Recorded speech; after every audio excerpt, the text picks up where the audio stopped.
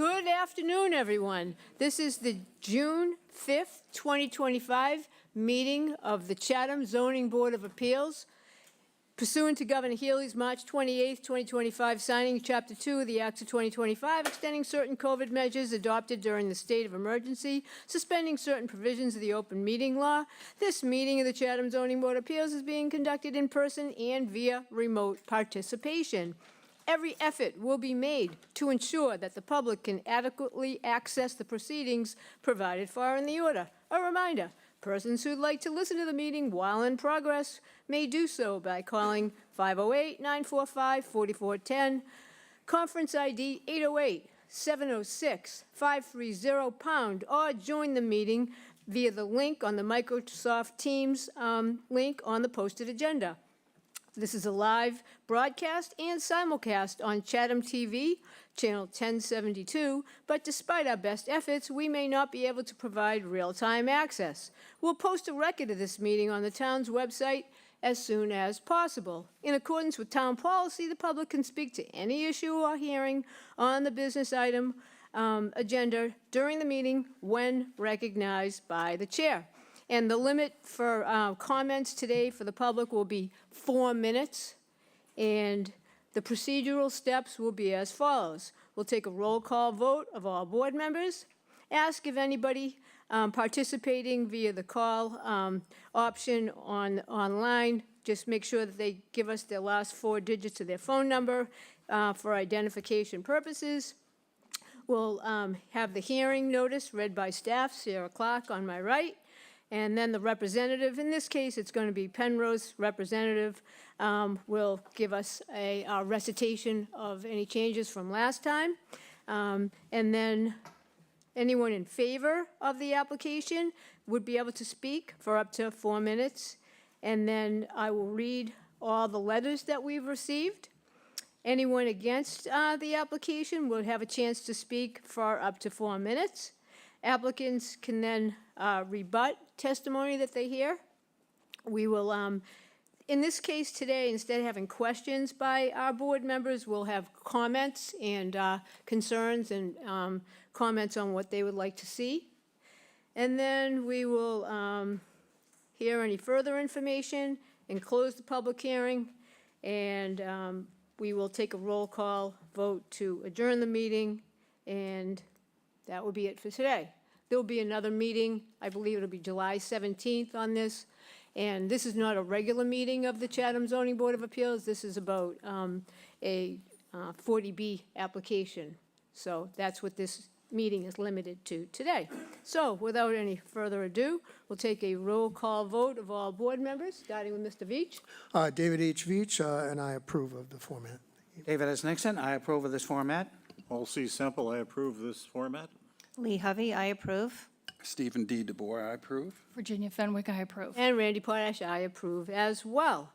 So we don't have any minutes today to approve. I guess we'll get started with the representative from Penrose. And Sarah Clark will read the advertisement.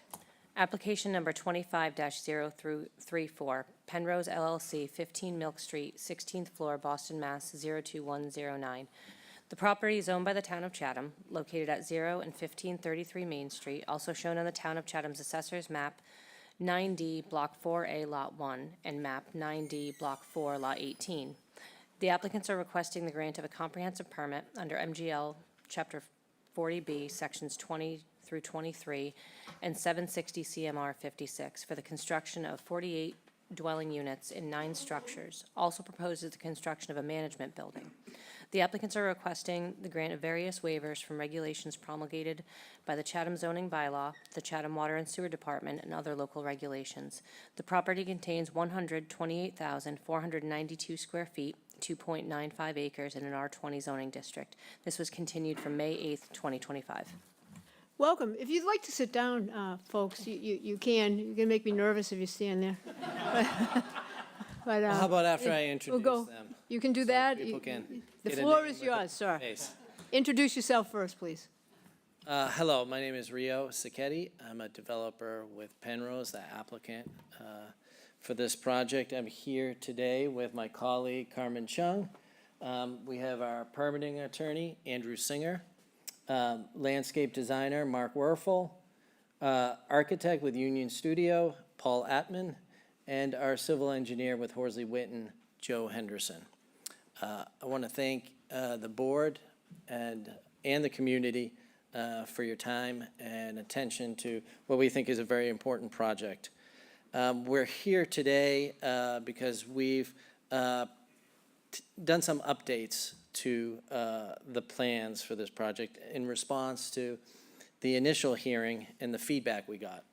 And most of it has been focusing on setbacks, building height, views, and safety of the site.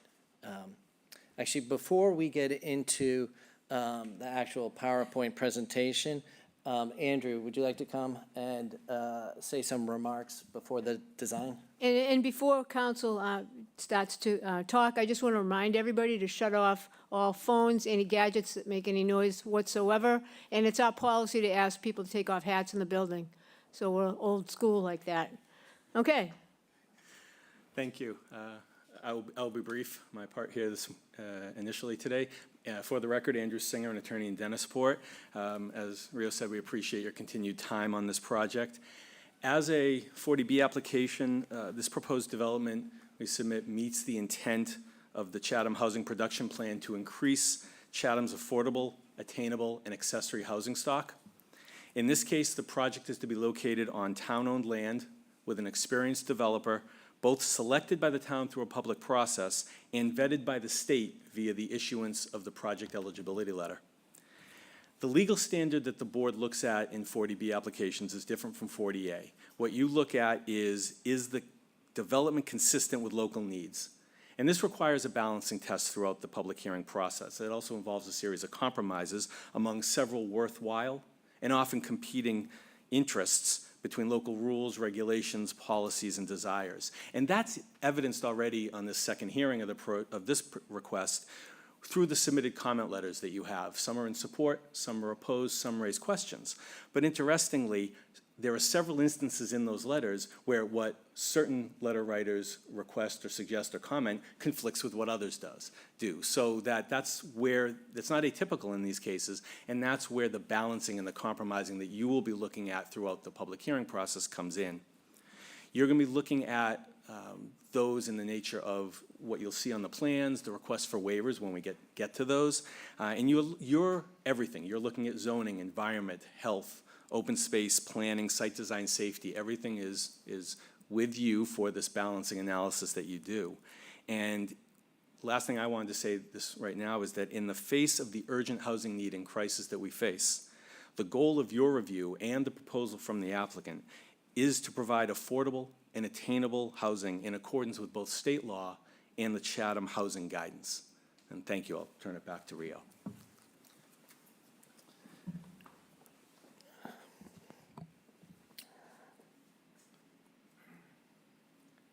So I'd like to start off showing the board and the community some images. This is not our proposal for Main Street. What you're seeing here is our project called Swift's Landing, which we recently developed in Wareham. It was recently completed at the end of 2024. And the reason I wanted to show this is I think it provides some visual context and parallels to our Main Street proposal.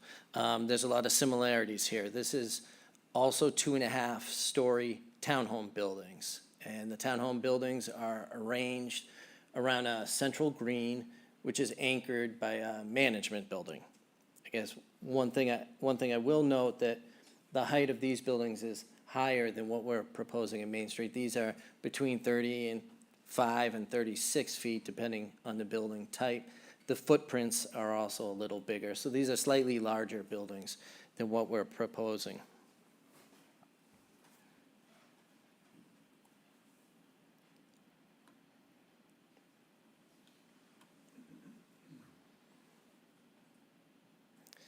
In this next image, this is actually a short video.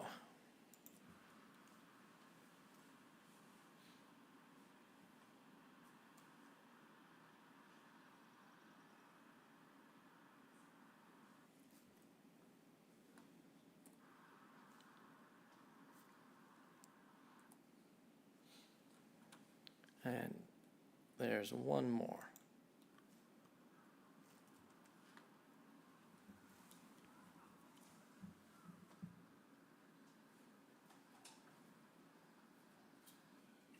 So one of the lessons we learned with this project was the importance of thoughtful landscaping and tree preservation.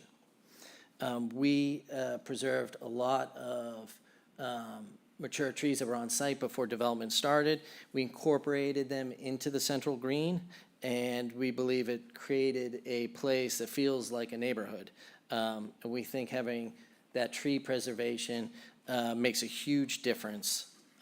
So our Main Street proposal is a very similar concept. Of course, it's a smaller site, it's a smaller green, but the same exact concept. Okay, I'd like to invite Paul Atman, the architect.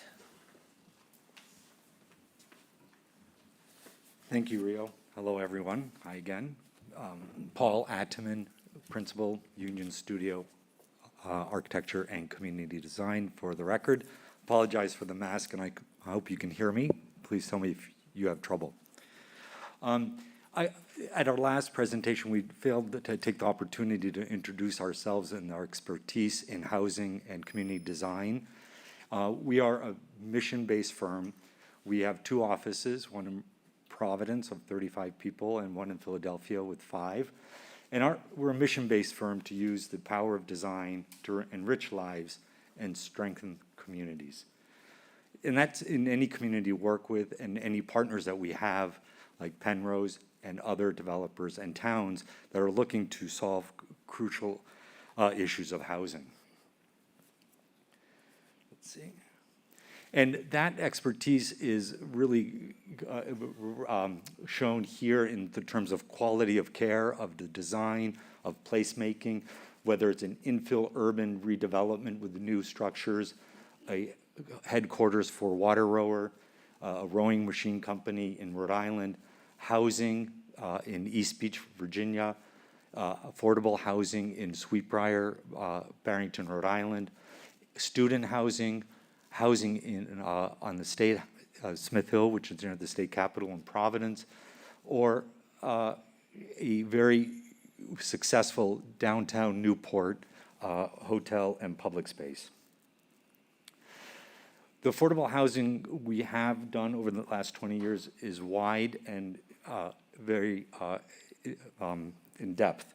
We have our experiences through adaptive reuse of historic buildings, supportive housing, neighborhood design, which you'll see today, and we've been presenting to you, infill of multifamily and mixed-use buildings, and most importantly, missing middle typology. And our experience and expertise with neighborhood planning and architecture and housing in particular was the reason Cape Cod Commission asked us to collaborate with them to take a real hard look at housing opportunities on Cape Cod. And with a sort of a roadshow, we visited 5 communities and looked at potential sites that towns had identified to do yield studies and vision studies for how we could, at Cape Cod, could achieve more housing in a context that is appropriate to the local communities and the region. And so we started looking from the report. It's a missing middle report. You can download it from our website. I know Rick has a copy here with him. We found that a lot of the densities and the housing is in structures that are already built and already part of the urban and rural fabric of Cape Cod. They range from 20 units an acre to 18 units an acre. This here was recently completed by our firm and a private developer for workforce housing in Hyannis that are upwards to 25 dwelling units per acre. And essentially, we're right in that range, what we're presenting here on Main Street. In order to provide and get the quality of housing, there is a density that is appropriate and needs to be considered. These are just examples of some projects that we've done over the years in Rhode Island, Edgartown, Massachusetts, which is under construction now, and Sea Captain's Row, which I just showed you. So we haven't taken this with a blind eye and disregarded what Chatham and Cape Cod architectural character is like. We're very familiar with it, and we're very respectful of it. We've looked at traditional materials that are employed throughout Chatham and Cape Cod, from all sorts of siding, from lap siding that is painted white with white trim. We've looked at shingles. We've looked at asphalt shingles, I should say wall shingles or cedar shingles, and appropriate running trim.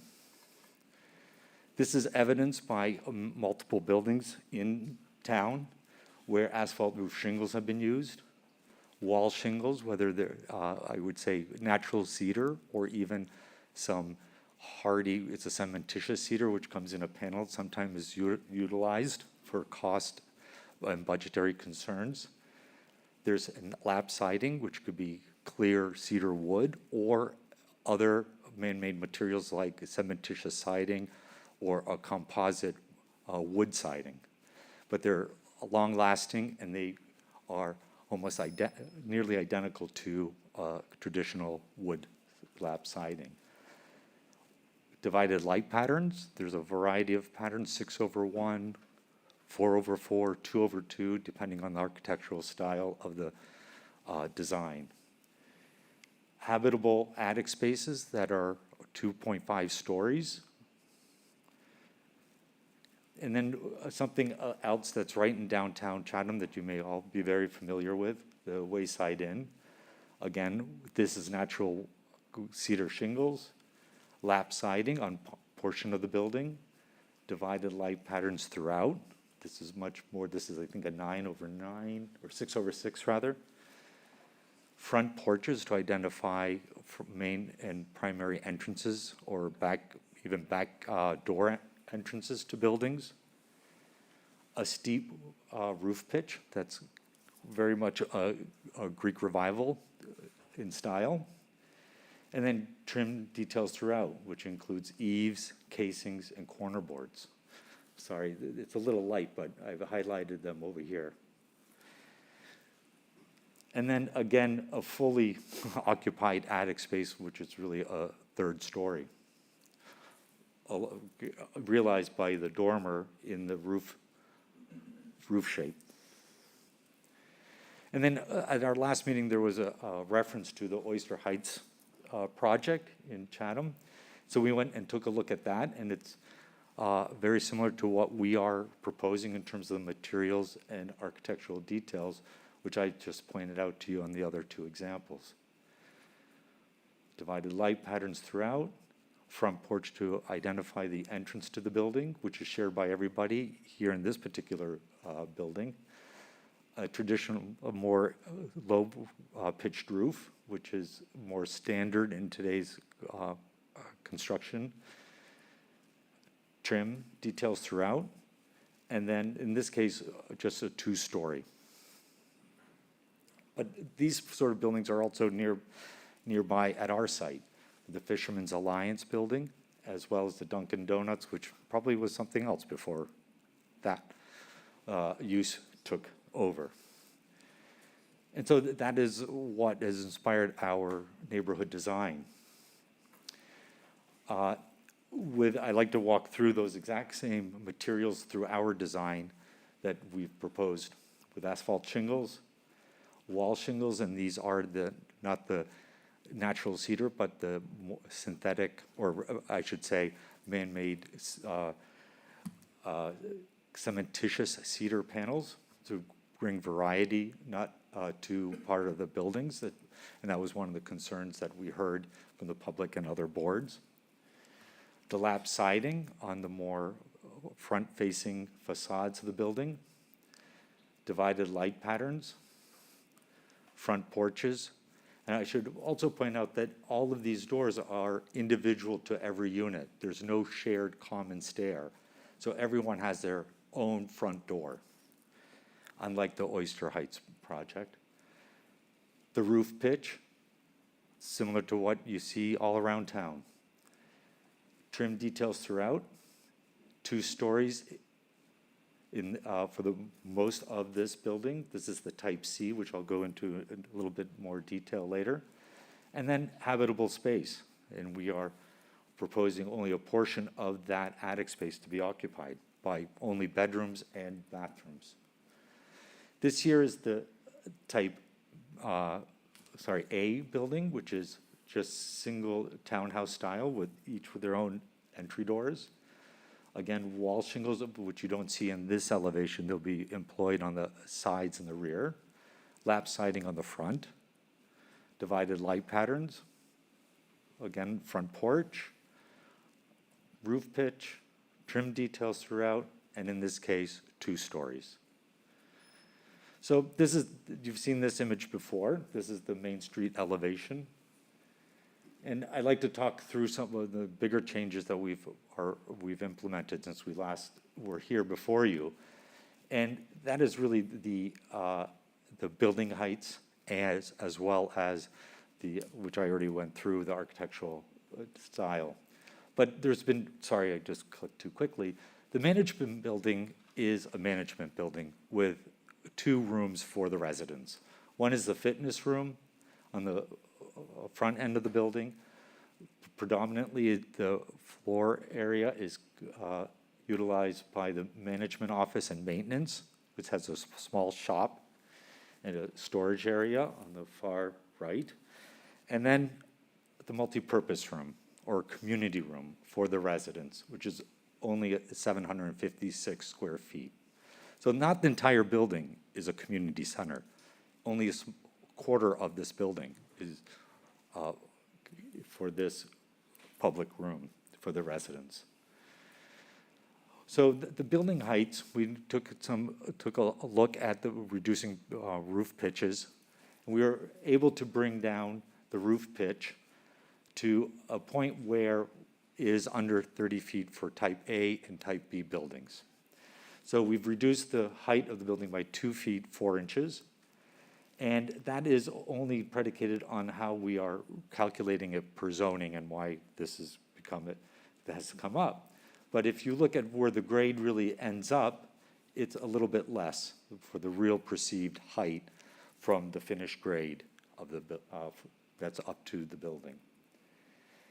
For building type B, we did the same, 2 feet, 4-inch reduction in the ridge height, keeping it under 30 feet maximum allowed per the zoning ordinance. Moving on to type C, it was a little bit more of a challenge. We were not able to reduce the roof pitch, but we looked at the building section and we took out 1 foot out of the second floor ceiling. So both floors are 8'1" clear ceiling height, and that allowed us to reduce the entire length and the entire ridge height of the building type C by 1 foot. But again, I would like to just point out that the perceived building height from the finish is very different than really the calculated number that is on paper. That is what we're evaluating against. This is showing the building section and the reduction. So we have 8'1" for both ceiling heights at first floor, second floor, and up in the attic as well. These are the sectional cuts for the shown in the floor plan. And then just showing you where the occupiable space in the attic is in floor plan, as well as in the elevation. And this little sectional cut right here just shows you that it's happening right here where those 2 bathrooms tuck under that rear ridge. So we really need that head height and at that roof pitch. So moving on, this here is a table of the new waivers that we're requesting relative to building height. Back in May, this was all the red were the ones that we were asking relief from, but now we've reduced that to not only in height and the waiver request, but we've eliminated 4 of those, or 3 of those, because the management building was never over 30 feet in height. So then I'd like to now turn it over to Mark, who will talk a lot about the landscape. and also building height, I think. You're welcome.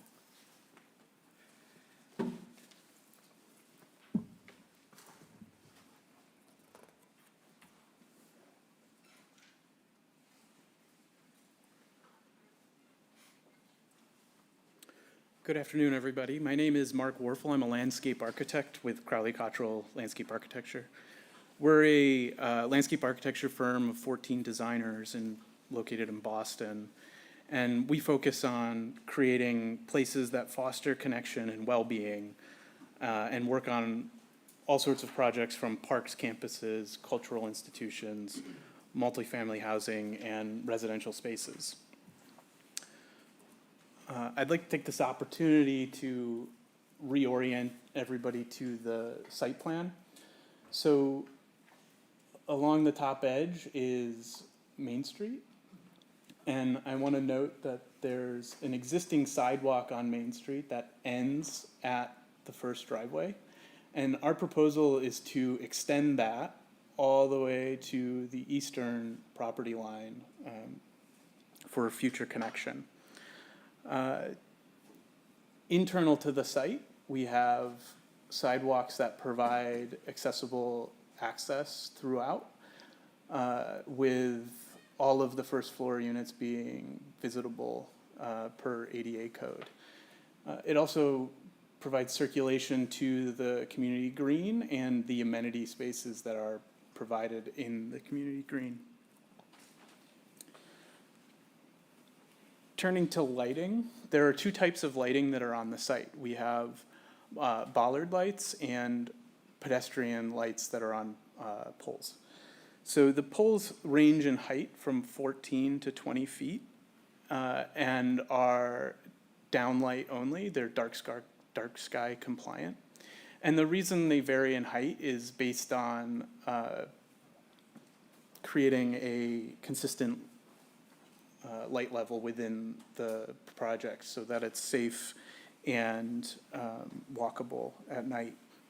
The bollard lights are also dark sky compliant and downlighting, and we use those in the community green area to light walkways. We do photometric plans to study how the light is projected onto the site. And so this is all these little numbers, which are hard to read here, are measurements, calculated measurements of the light outputs of these fixtures, and where these would overlap, the numbers are calculated to kind of predict what that light level will be.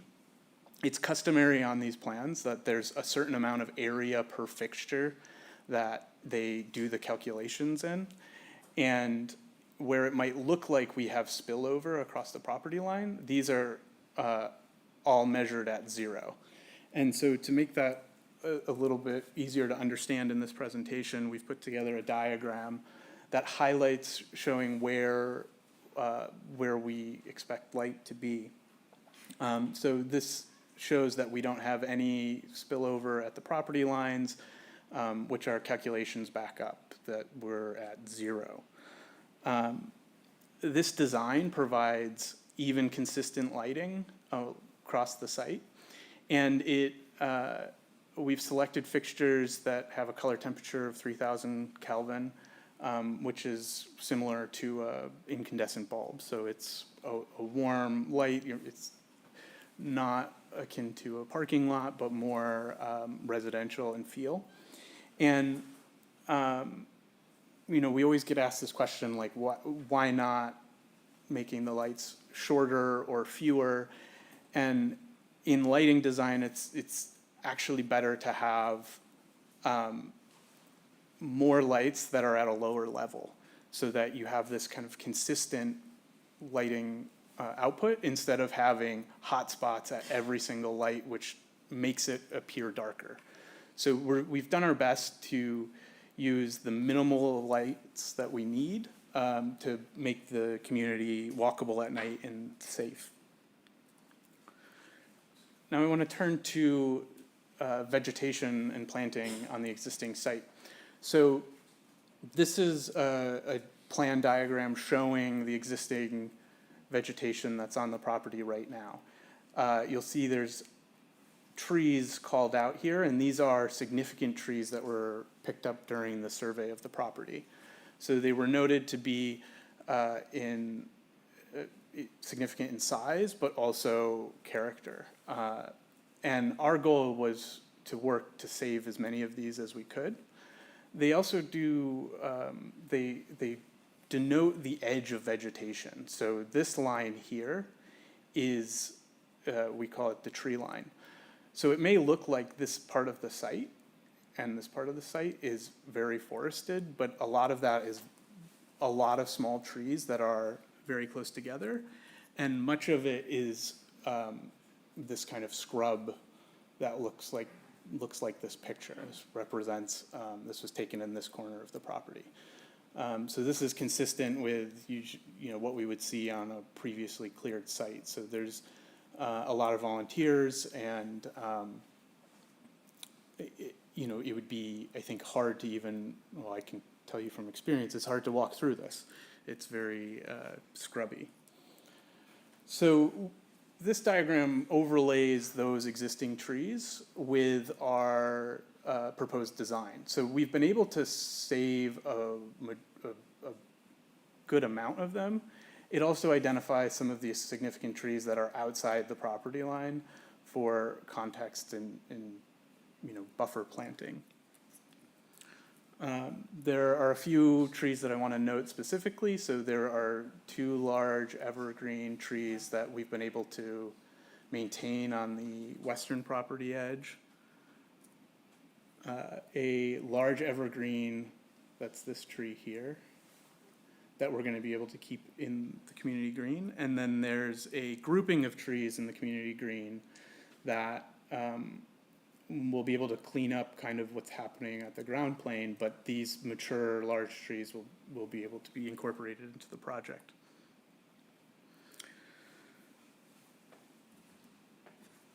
Now I want to spend a little bit of time talking about what we're putting in to enhance those existing trees. So this is our overall planting plan for the site.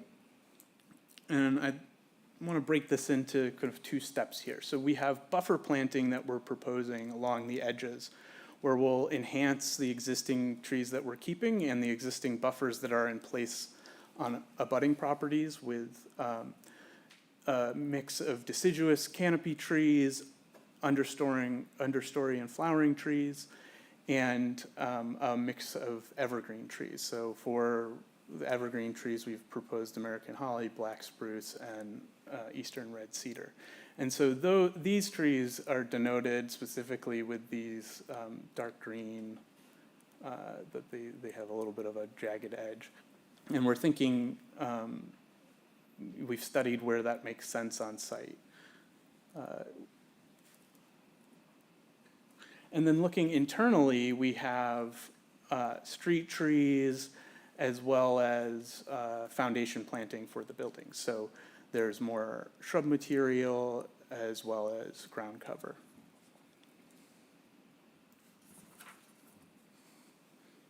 Now I want to zoom out a bit and talk a little bit about the context. And we have a series of sections that will help to illustrate the relationships between the project and the abutting properties.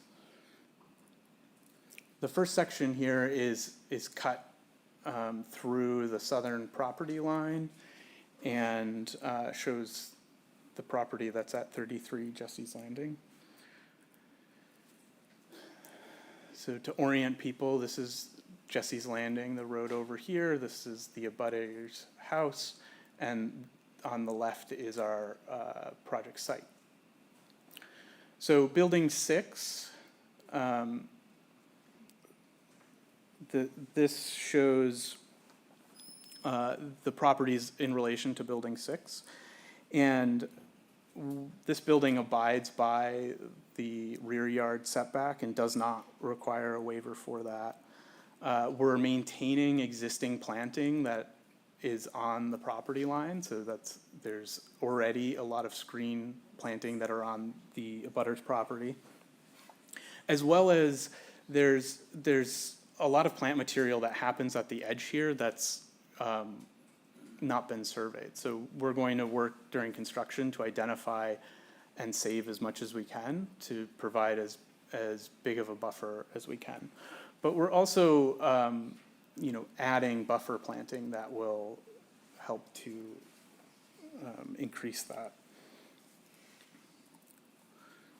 This line shows the vantage of a person that would be standing on Jesse's Landing. So if you were standing on the road looking at this house, you wouldn't be able to see anything in this shaded zone because of the ridge height of the house. So most of building 6 would be screened from the street by the abutter house itself. Moving on to 25 Jesse's Landing, which is this abutting property. We'll take a look at building 4 and how it is adjacent to 25 Jesse's Landing. So similar orientation, we have our project site on the left, 25 Jesse's Landing on the right. Here's a photo of the existing evergreen hedge that runs. It runs from the east edge of 25 Jesse's Landing out across this empty lot. Again, looking at the vantage point of someone standing on Jesse's Landing, the existing house blocks a lot of the view. I should note that building 4 abides by both rear and side setbacks and does not require a height waiver. Section C looks at the adjacency of building 3 and the Levitt property.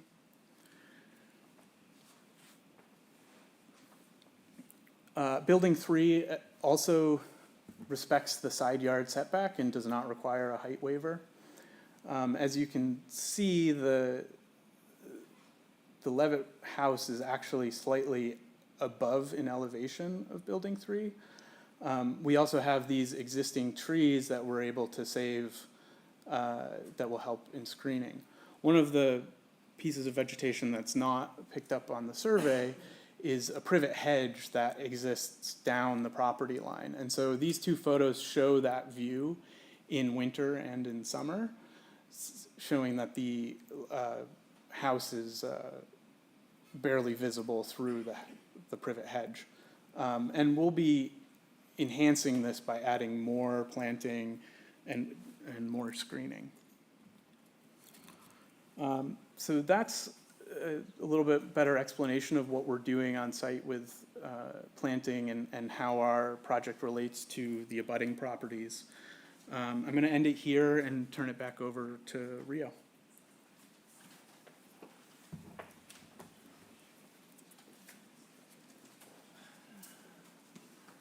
Thanks, Mark.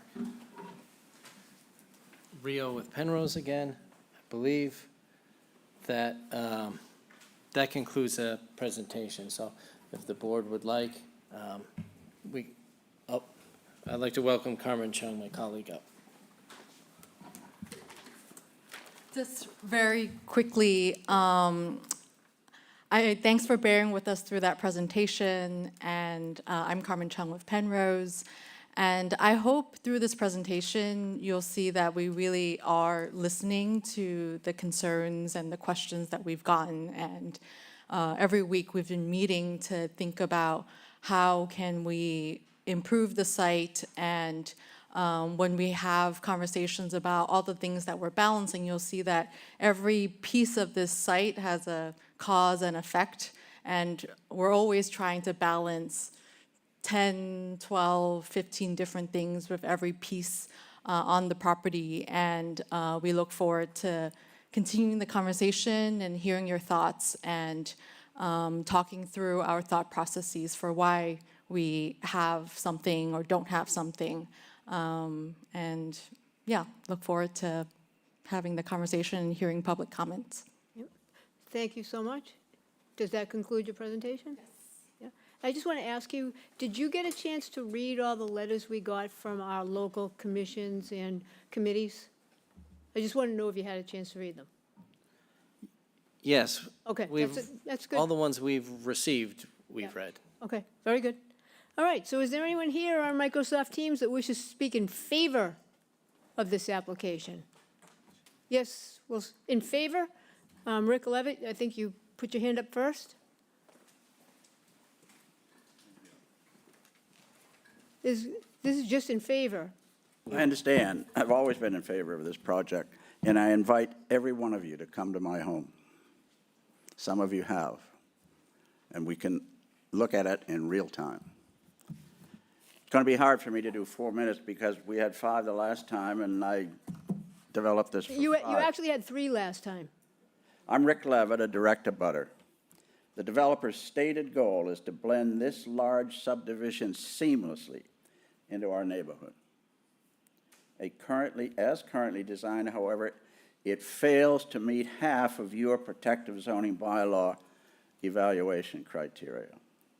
Large 3-story, yes, they're going to be reduced by a foot, buildings loom within feet of our homes on Barn Hill Road and Jesse's Landing and are not compatible with our neighboring properties. Their scale and mass will adversely impact our neighborhood's visual character. Mr. Levitt, we understand that when we say in favor, that perhaps you're in favor of housing, but if you have recommendations or changes that you'd like to see, and if you're not in favor of what was presented, I would just ask you to wait and give your presentation during the time that we have allotted for people that are either not in favor or that have questions. I just like to, I run a tight ship here. All right. Thank you. Okay, sir.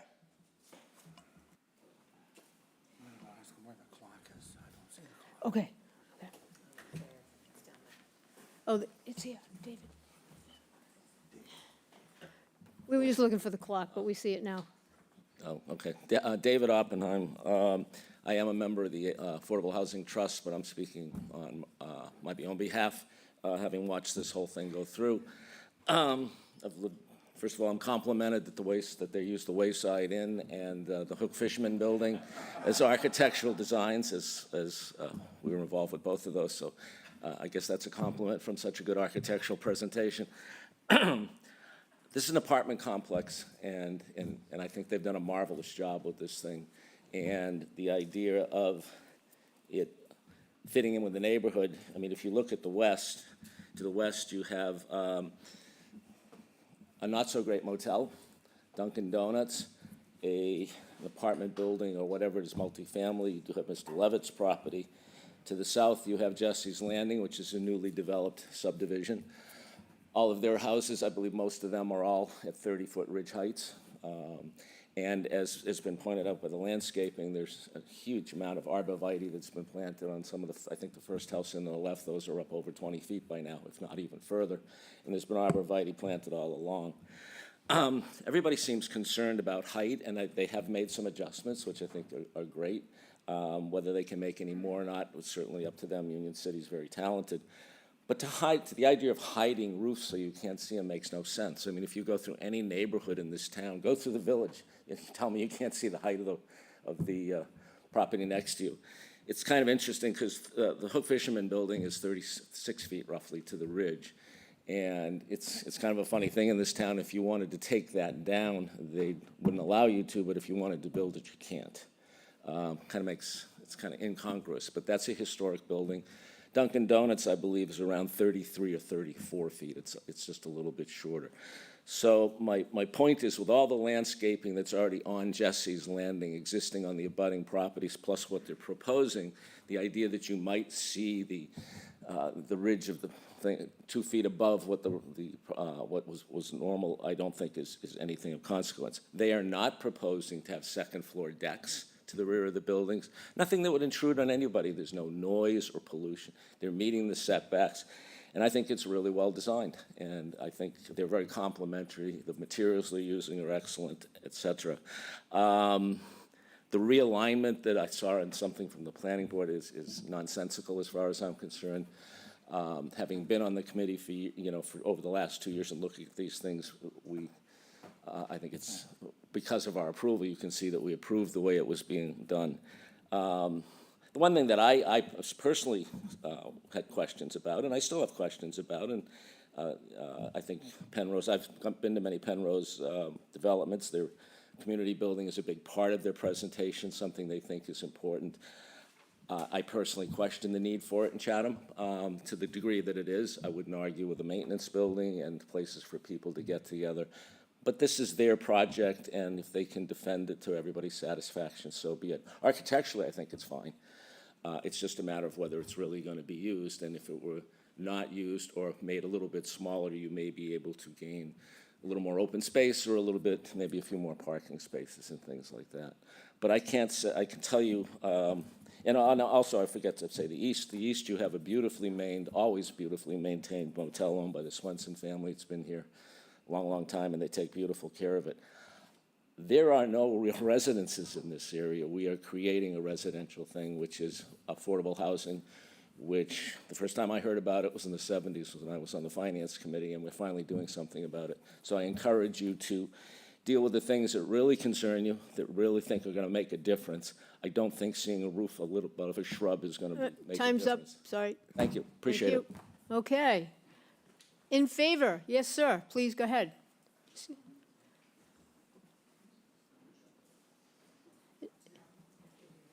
And in the future, if anybody wants to speak, there's a microphone in the middle, too. Oh, I'm sorry, I didn't see that.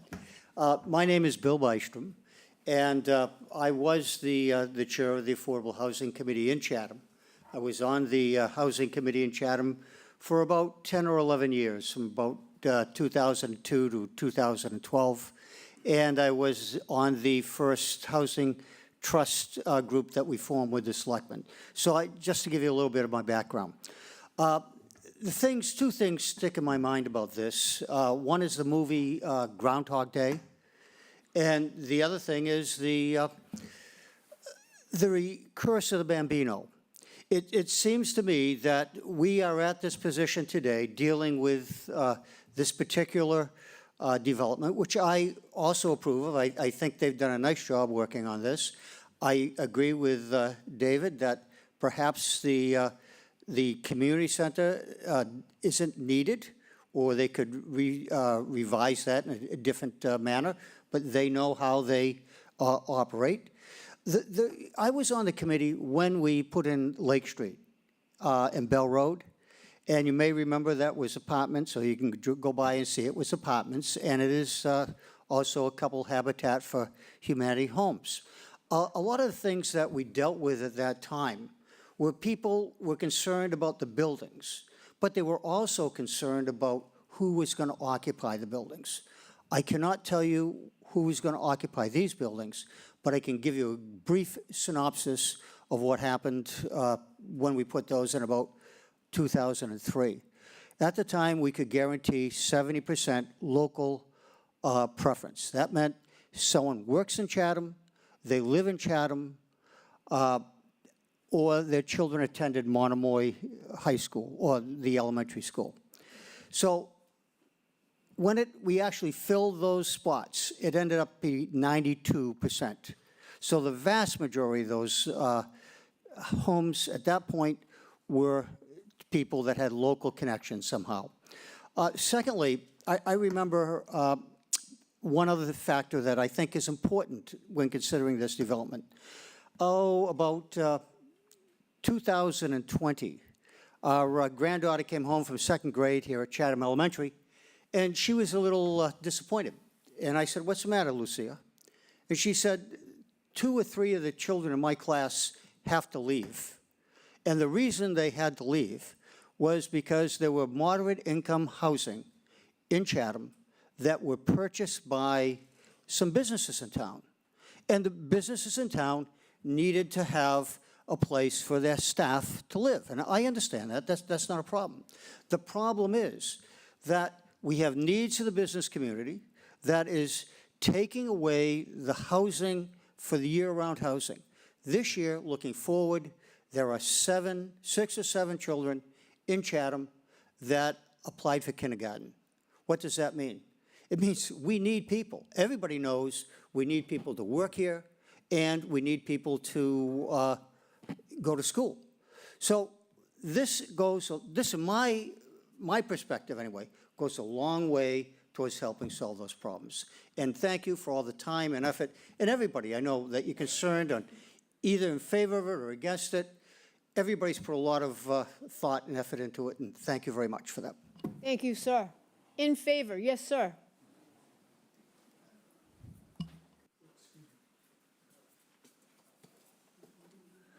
Good afternoon, Mike Schell. Let me start by saying thank you. I want to echo what Bill said. Thanks for your effort, your work. This is not an easy task, and I understand that. I want to start by saying I think it is universally recognized in the country, in the state, on Cape Cod, here in Chatham, we need housing. We need housing that people can afford. Chatham, back in '21, approved at town meeting the funds necessary to buy most of the land that is now part of this project. The remainder of it was bought by the Affordable Housing Trust. Chatham has almost $2.1 million invested in this project. If it closes and goes forward, we will get $875,000 of that back to use elsewhere in our affordable housing efforts. That's huge. The second thing is this team. Penrose they have produced a stellar team of people, and you saw it in the presentation they made today. That's important, but what's also important is they're a good partner. We investigated that, and we had it vindicated time and again from various sources, and I believe you've seen it here in terms of their efforts to work with not only your board, but what they've heard from some of the other regulatory boards. Finally, I'm just going to say one last thing. Everybody has an idea of what this should look like. Everybody has experience. Everybody has genuine reasons to suggest this or that. I don't necessarily agree with my friend David Oppenheim about the management building, but those are good faith suggestions. The one thing I want to urge you to keep in mind as you evaluate this is if there was ever a case where the perfect is the enemy of the good, this is it. And I hope you'll keep that in mind. Thank you. Thank you. In favor? Yes, ma'am.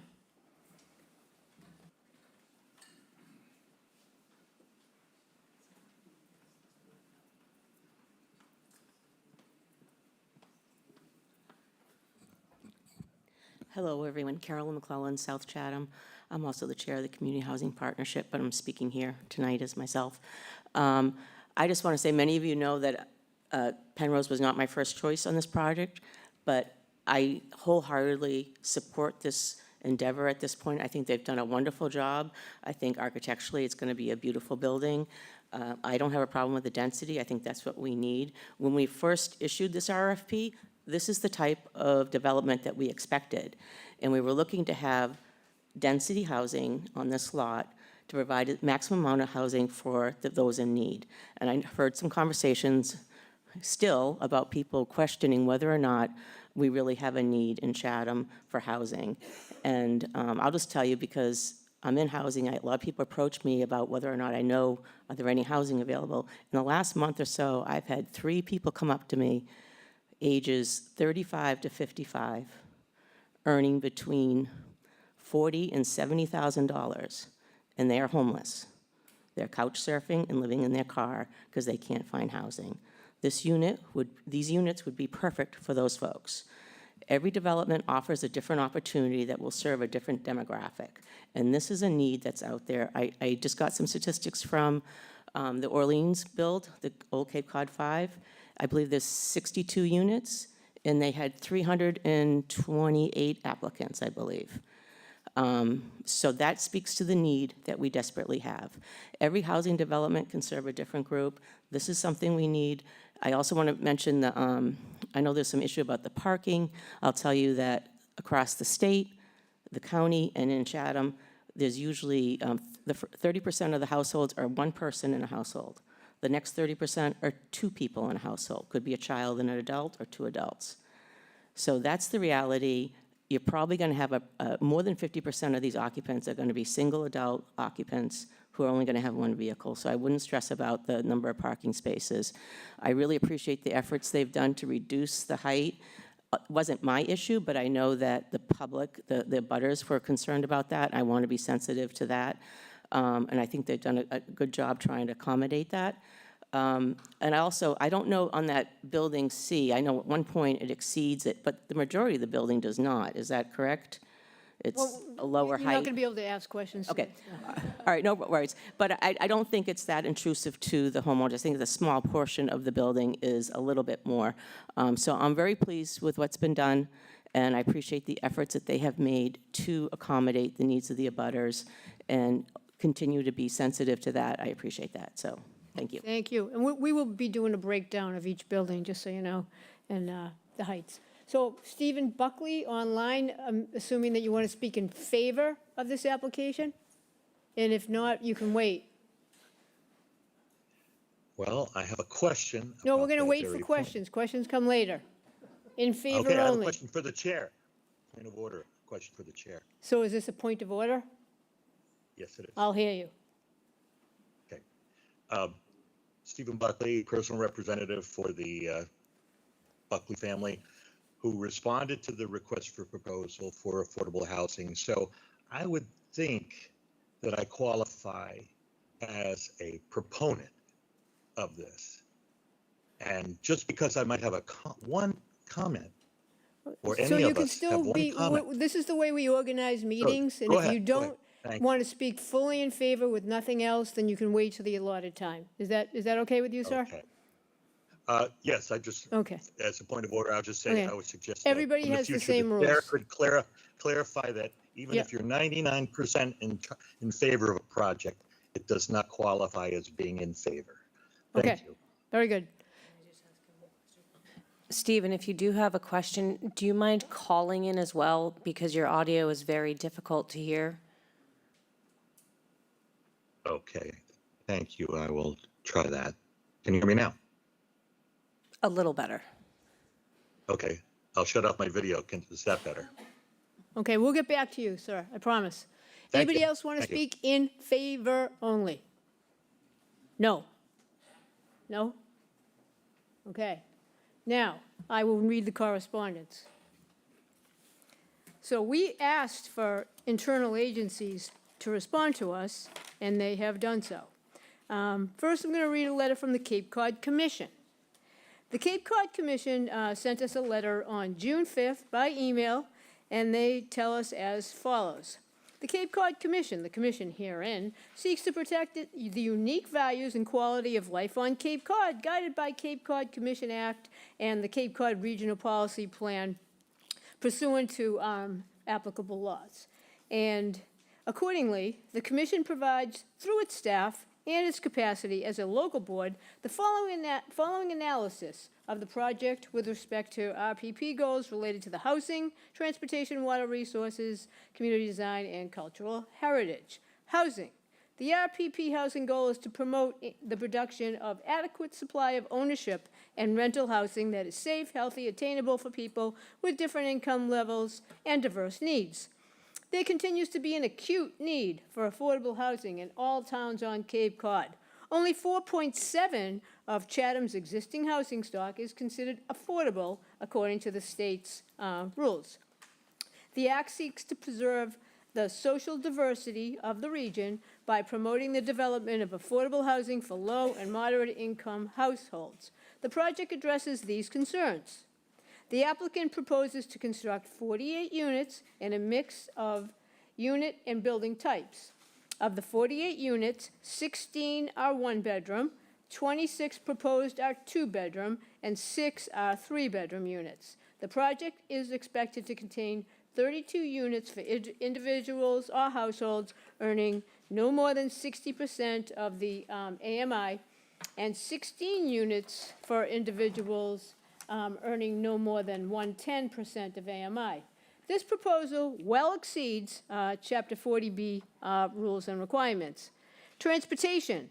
The RPP transportation goal is to provide and promote safe, reliable, and multimodal transportation systems. The transportation objectives outlined in the RPP propose enhancing safety, expanding access to healthy transportation options, mitigating congestion, and potential impacts associated with proposed developmental projects. The proposed developmental project is consistent with the regional transportation goal and objectives and is well located in the area of Route 28 that is walkable with connections to larger sidewalks networks that can encourage residents to walk, bike, or access transit services.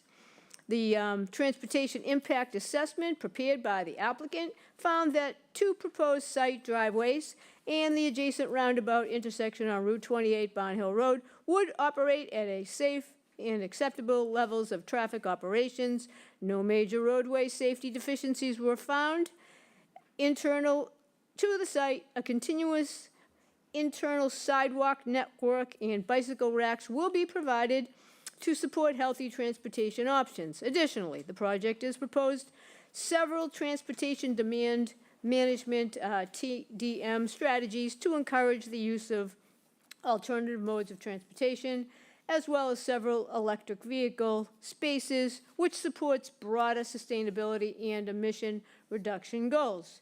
Water resources. The RPP water resource goal seeks to maintain a sustainable supply of high-quality, untreated drinking water and protect, preserve, and restore the ecological integrity of fresh and marine surface water resources. By incorporating proper management of wastewater and stormwater, the project supports those water quality improvement goals. The proposed development is located in Sulphur Springs Buck Creek watershed. It's not located in other sensitive resources such as wellhead protection area, potential public water supply, or freshwater recharge area. The project will be connected to the Chatham Municipal Sewer and public water systems. Because the project will be connected to the sewer, there will be no on-site wastewater generation. The only source of projected nitrogen will be fertilizer from managed turf grass and stormwater. Staff estimates that the site-wide nitrogen loading will be approximately 2.7 milligrams per liter, and this concentration is consistent with protecting and preserving groundwater quality. The project includes a stormwater management system designed to manage and treat all stormwater on site, using treatment trains that provide pre-treatment with sediment forebays and hooded catch basins, water quality treatment via tree trenches, bioswales or bioretention, additional infiltration capacity via underground leaching chambers, and it takes advantage of existing drainage patterns to utilize the depression on site to handle stormwater overflow during large storms. And almost one more page. Community design. The RPP community design goal seeks to promote context-sensitive design that uses traditional Cape Cod materials, minimizing development footprints and adverse impact to scenic resources. The proposed design of 48-unit development is sensitive to the form and scale of Main Street in Chatham. The design is consistent with community design goals of the RFP. There was one suggestion, it was at the very top, I almost missed it. Staff suggests that the project design manages and treats stormwater in a way that protects and preserves water quality. The project design is sensitive the design is sensitive to the property, mimicking both the scale and setback of existing buildings in the vicinity.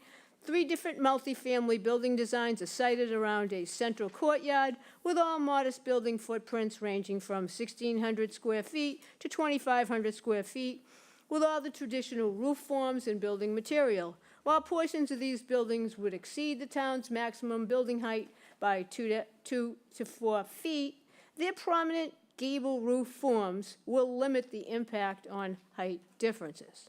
The proposed community building, the only one-story building proposed on the site, also has a modest building footprint of 3,800 square feet, along with 2 residential buildings that face Main Street.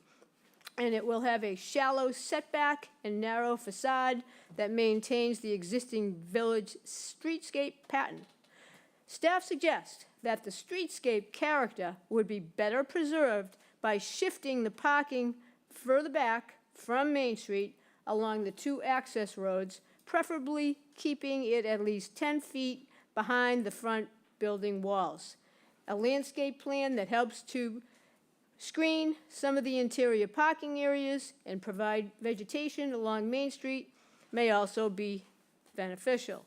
Cultural heritage. The proposed site has an existing house and 3 small cottages that were constructed in 1940 and 1950.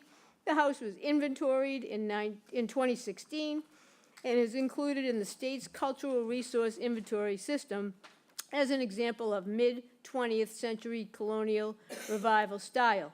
Massachusetts Historical Commission reviewed the proposed plans and determined that the project would not have an adverse effect on cultural resources in a letter dated February 7th, 2025. Commission staff agrees with that finding and suggests the town could consider relocating and reusing those houses and cottages on another property if their condition allows. In conclusion, based on application materials, Commission staff concludes that the proposal is generally consistent with the regional planning goals and objectives as set forth in the Cape Cod Commission Act and is sensitive to local context and designed to protect and enhance the natural and community resources. And this is from the Executive Director, Christy Senatori. Okay. Okay. Who's this one from? Okay, this is from Rob Feely, the Director of Public Works. And he tells us that, it's done right here? The Zoning Board of Appeals? Just this. Oh, just this. Okay, very good. Stormwater management design appears adequate for application purposes. Gravity sewer leaving the site is through an 8-inch gravity pipe. The sewer main in Main Street is an 8-inch gravity line, but the service lateral to the property in 2 locations is 6 inches. Schedule 40 PVC. I would recommend that the internal service lines be reduced to 6 inches if there is enough capacity with the proposed flows. Alternatively, Route 28 will need to be excavated to replace the lateral and tie the proposed 8-inch line directly to the sewer. I have attached the tie cards for your information. Next, we have a letter from the Chatham Historical Commission dated June 1st, 2025. In response to your request for comments from the Chatham Historical Commission on the subject of comprehensive permit for the proposed development from Penrose presented preliminary plans to the CHC on January 7th, 2025. The CHC reviewed the proposed site at 1533 Main Street and discussed the application as it relates to the scope of the appropriate chapter, and as well as the impact and development it would have on the HBDC and streetscape of West Chatham.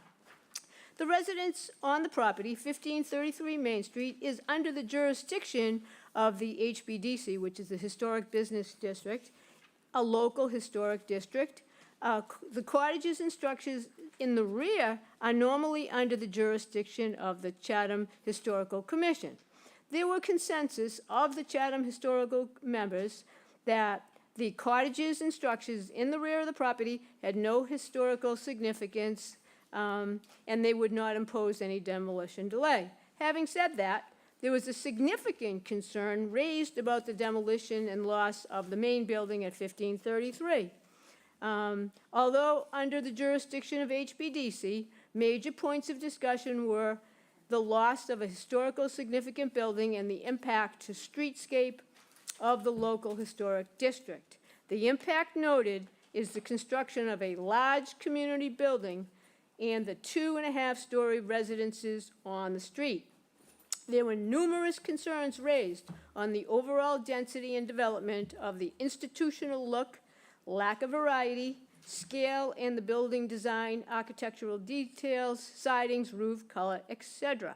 West Chatham has a long history of 18th century farms, and there are many 18th century structures remaining on Main Street, some adaptively modified for commercial use, but still maintain the historical architectural scale.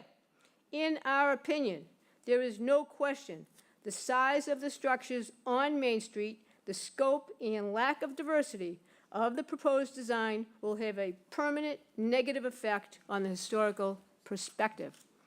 We had hoped that the developer would make changes to lessen the impact of this large development in West Chatham, HBDC, Local Historic District. We feel these types of changes could easily be made while maintaining the core requirements of affordability and corporate profitability as proposed in the Penrose proposal. Respectfully, Frank Messina, Chatham Historical Commission Chairman. Next, we have a short memo from the HBDC with bullet points in their opinion. We received this on June 2nd, 2025, and they tell us that at their meeting, they reviewed the proposed development from Penrose, and they offer the following comments and recommendations for your consideration. Reduce the overall height of the proposed structures. Decrease the density of the development. Introduce varied color schemes for the buildings to enhance visual interest. Remove or reduce the size of the proposed community center building as an existing town facility is located nearby.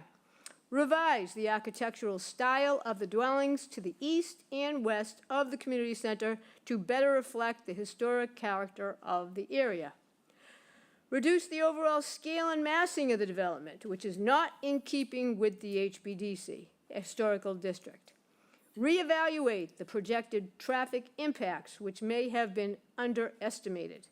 Include pedestrian infrastructure improvements such as crosswalks. Provide more detailed plans for hardscaping and landscaping to help screen the development from public view.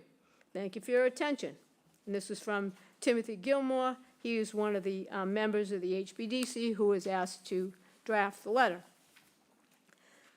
Next, we have a letter from the Planning Board, May 29th, 2025. Dear members of the Zoning Board of Appeals, per the request, the Planning Board reviewed the Penrose application. As proposed, the development will contain 48 units with a range of bedroom options, the total number being 86. While it is not a site, this is not a site plan review application. We reviewed it utilizing the board's site plan review criteria, and then he goes on to tell us what those criteria are when they usually do their recommendations. But for this particular project, they tell us that the planning board members recommend the following observations, suggestions to be taken into consideration. Given that this is a 48 development project located directly off of Route 28, one of the busiest roads in town, consideration should be given to revising the internal roadway to a one-way circulation pattern. The proposed driveways are 150 feet apart, which is less than 200 feet called for under the site plan review criteria. The one-way configuration replacement reduces this conflict and would allow for less pavement width from the vertical parking spaces along the building fronts to the parallel spaces along the interior open space. The one-way configuration would reduce the driveway width to 18 feet. It would reduce the amount of impervious pavement on the site and, most importantly, improve safety for pedestrians crossing driveways within the development, particularly for children and the elderly. We recommend west driveway as the entrance only and the east driveway as the exit only. The change would also eliminate one of the left turn movements on Route 28. While the planning board understands these plans are labeled for permitting and not construction, the plan set does not appear to show any traffic controls other than crosswalks. Once the layout is finalized, speed tables, et cetera, should be shown on permitting plans in addition to the construction plans. Board members also recommend installing speed tables at crosswalk locations within the development for traffic calming purposes, a walkway around the site to meet requirements, but the board does recommend having the developer continue the sidewalk along 28 all the way to the westmost boundary for future connections. The waiver is being requested regarding the number of parking spaces. The request is for 1.85 parking spaces per unit instead of 2. Board members had mixed views on that. However, they did agree that parking space assignments could be made after the development has completed and depending on how units are occupied. The majority of board members agreed that a waiver should not be granted to reduce the number of required spaces, particularly noting the absence of public parking nearby. The planning board does recommend using a pervious surface for the 14 parking spaces in the front of the building, in front of buildings 4 and 7. This will also reduce the stormwater requirements. The applicant should also locate some bike racks around the site and in the recreation area. Numerous planning board members and private individuals expressed concern over waiving the height of buildings in excess of the town's 30-foot requirement. Although several members would be okay with small height increases, the majority were opposed to any increase in building height being considered over 30 feet height maximum. The board also recommends relocating 4 buildings along the southernmost property line to the center recreation area and placing the recreation areas along the south and western property lines. This recommendation better addresses the town's RFP specifications that site design respect adjacent properties. A plan submitted by an abutter, and they attach that, provides an example of building arrangements and building types containing the same 48 units and 86 bedrooms while reducing the impact on abutters. The planning board understands that the attached plan is not to scale, but it requests that the applicant explore the possibility of revising the site layout. Consideration should be given to relocate residential buildings along the side and rear of the property in the vicinity of the residential abutters to the center of the site, where relocating the one-story community building and recreational areas with office structures to the area adjacent to the residential abutters. The proposal does not appear to have adequate lighting, with most fixtures appearing to be bollard lights, according to permitting plans. A post light graphic and locations are shown on the landscape plans, but there did not appear to be detail. The planning board recommends that post light poles not exceed 12 feet. The value is exceeded on the bollard lights along the sidewalks. Warm tone lighting should be specified for all light fixtures no greater than 3200 K. Any spillover lighting on abutting properties must be eliminated. The planning board understands building size comments were made and recommends and questions asked to the ZBA related to building scale and mass in town. The board discussed the proposed community building. Given the size of the proposed community building, the density of the development, and the presence of other community buildings in town, board members recommend that consideration be given to reducing or eliminating the space allocated to community activities within that structure.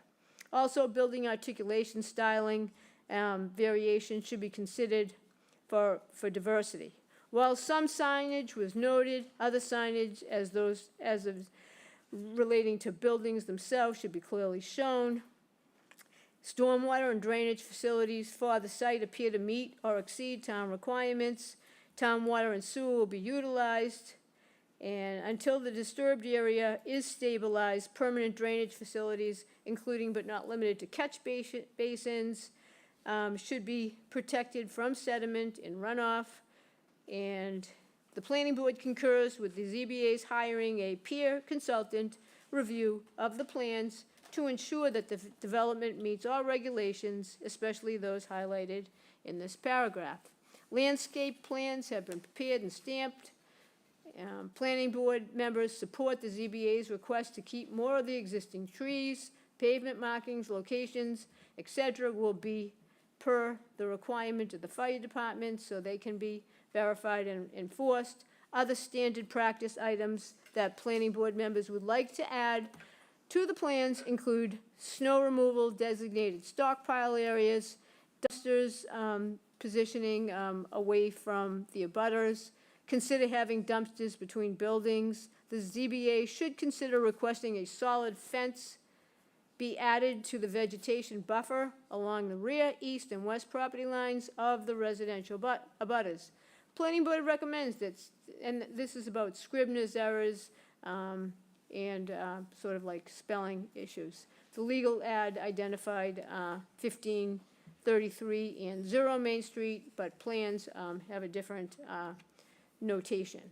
So that's all for the planning board. Sincerely, Arthur Sprue, Chair of the Planning Board. Next, we have a shorter memorandum from Carolyn McClelland. She spoke, and I'm just going to look up, is she here still? Would you like me to still read this? Yeah, this is from the partnership, so Okay, well, yes, that makes perfect sense, thank you.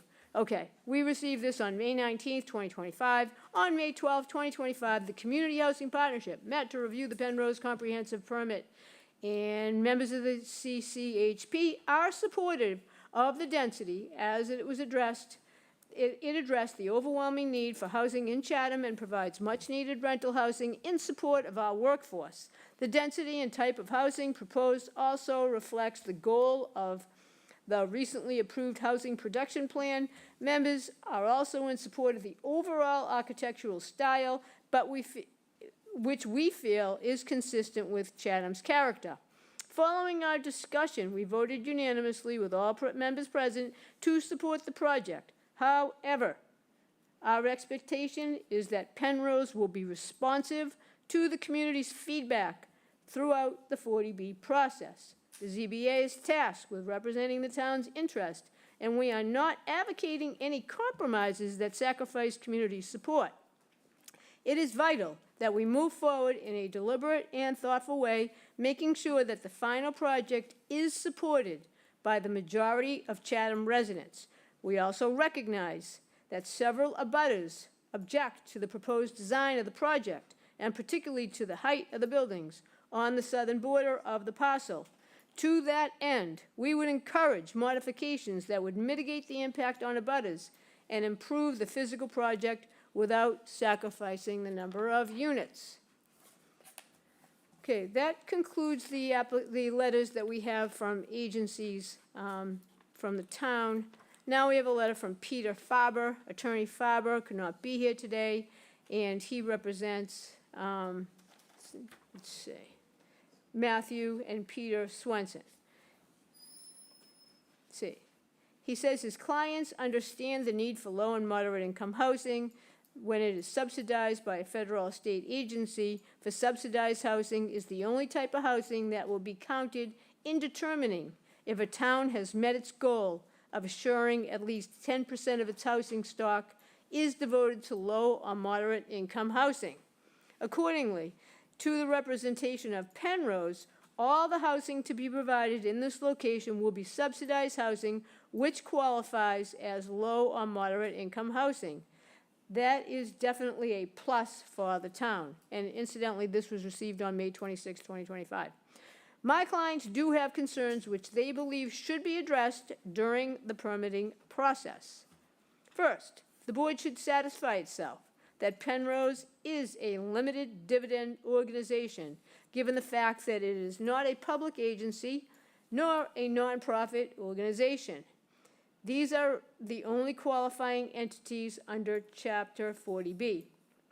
Second, the board should keep in mind that it has the power to attach conditions or other requirements to any permit approved under 40B, including conditions addressing the height, size, and shape, and other design features of the structures, as well as their siting on the lot. It was apparent from the comments of those who spoke on May that a major concern related to those very features. The plans submitted by the applicant contain 3 different building types, A, B, and C. A and B are 2-story buildings with a high-pitched gable roof with no living area above the 2nd floor. A simple design to the roof structure, for instance, a hip roof with a 5/12 of an inch foot pitch, 5 divided by 12, whatever that means in terms of the pitch, would still be in keeping in traditional Cape Cod architecture and significantly reduce the height of these structures. Building C is proposed to have a partial 3rd floor with 2 units proposed for the 3rd floor in each Type C buildings. There are 6 Type C buildings proposed for the site. These buildings should be redesigned much as the Type A and B buildings. The 3rd floor should be entirely eliminated. Whenever design changes are proposed by a zoning board, which reduce the number of units, the developer can argue that the project will become uneconomic. That is a defined term under the statute. A project is rendered uneconomic when it becomes impossible for a limited dividend organization to realize a reasonable return in building and operating the housing. The case law is quite clear, however, that the burden falls on the applicant to prove that the condition imposed by the Zoning Board of Appeals renders the project uneconomic. Based on its initial filings, it appears that Penrose, or a subsidiary or related entity, intends to manage the project for the foreseeable future. The board should determine if this is correct, and if so, what the rate of return will be on the initial capital investment. A zoning board need not shy away from such an inquiry. It's a necessary part of the 40B process. Lastly, the board should ask the applicant to perform another traffic study in July or August, and the other one was performed in November. Thank you, Peter S. Faber, for Matthew and Peter Swenson. Okay, next we have a bunch of, It's just Rick's. yeah, this is the materials from Mr. Levitt, and we will hear from him momentarily, I believe. Anything else? That's it? And just photos from Bruce. And then we have just photos from a person named Marcelli, and, He's also here. okay, very good, very good. That's it? That's it. That's it. Okay. Now, who would like to speak against or has a specific question? Before I get to you in the back, sir, I am going to go back to our person that was online that had a question. Steve Buckley. Please go ahead, Mr. Buckley. Thank you for waiting. Okay, can you hear me better now? Half decent. Okay, I'll be twice as clear then. Thank you.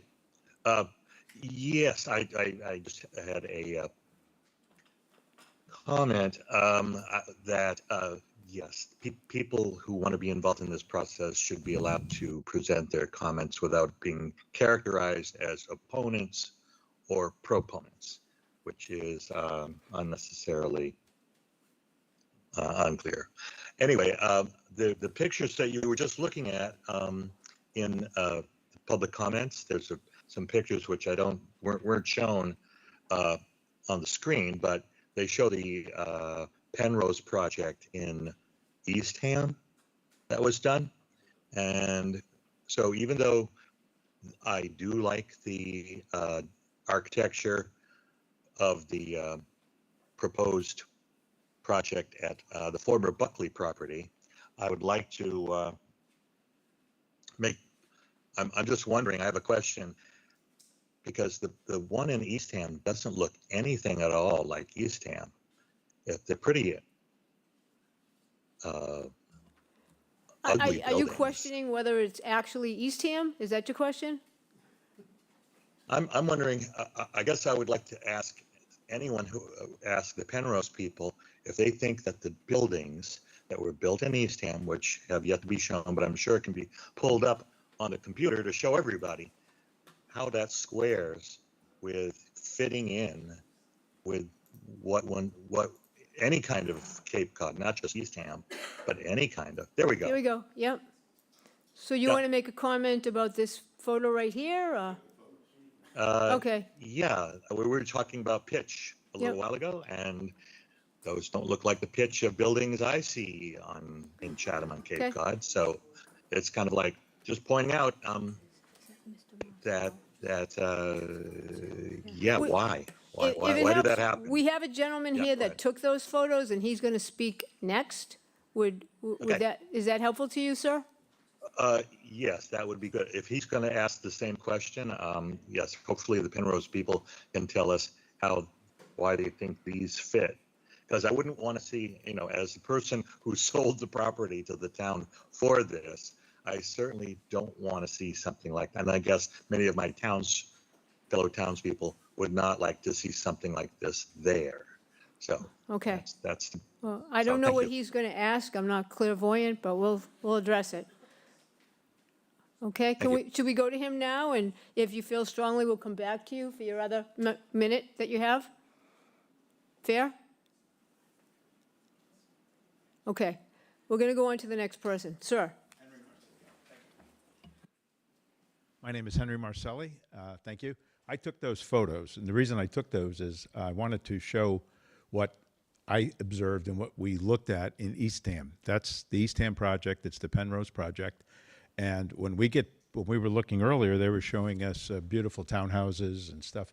We don't have townhouses there. We have apartment buildings, and that's fine. I'm not opposed to affordable housing in the location on the Buckley property. All I'm asking for, or I'm asking you to consider, is this is not, I don't think, represent Chatham. There's no texture. There's a few more photos. We showed leafy pictures and all kinds of stuff. This is what was built in Eastham. And that doesn't look like Cape Cod, and I certainly don't think we want that on Main Street in Chatham, from my perspective. Okay. We also took a survey when the process was going on with the select board, and all of us participated. I think there were like 80, maybe 800. There was a crazy number of people that participated, and I think the results of that came out with cottages and townhouses as the preferred. Am I correct? Just nodding, because I remember the survey. So Right, okay, we did a yeah. survey, people took it, and I think cottages was number one, townhouses were number two. I don't think anybody signed on for apartment buildings, at least in the survey. I think the majority of the people preferred the other units, the clustered units. So all I'm saying is this is not what I think we're looking for, anybody here in Chatham. It's on our main street. I appreciate the affordable housing. I live across the street. I'm on Jesse's Landing, 32 Jesse. I'll be looking right out my front door at the buildings. I have no problem with the affordable housing there. The scale, I think we got to keep working on. Mr. Levitt's proposal made some sense that maybe we can relocate. I think it was overwhelming from what I heard from the other boards that we're not there yet. So I think we got to keep working on it. Maybe reduce the scale, make it not overwhelming, and please, I don't think we want that in our town. Thank you. Thank you, sir. Speaking against, has a question. Yes, sir, in the back. Please attend to one of the microphones. Frank Messina. I did read your letter from the planning board, but, I'm sorry, from the historical, but you're speaking as a private citizen? Historical Commission. Hi, Frank Messina, South Chatham, also chair of the Historical Commission, as you noted, and I have no intention of repeating the letter. Thank you very much for reading it. When I attended the first meeting of the Housing Trust about, what was going on here, and I remember making a comment to the chair at the time, and I said, you guys got to be careful. What you're proposing here is pretty significant. And 2 town meetings voted to allow this to go forward. And I hope we don't make this the last one in Chatham, okay?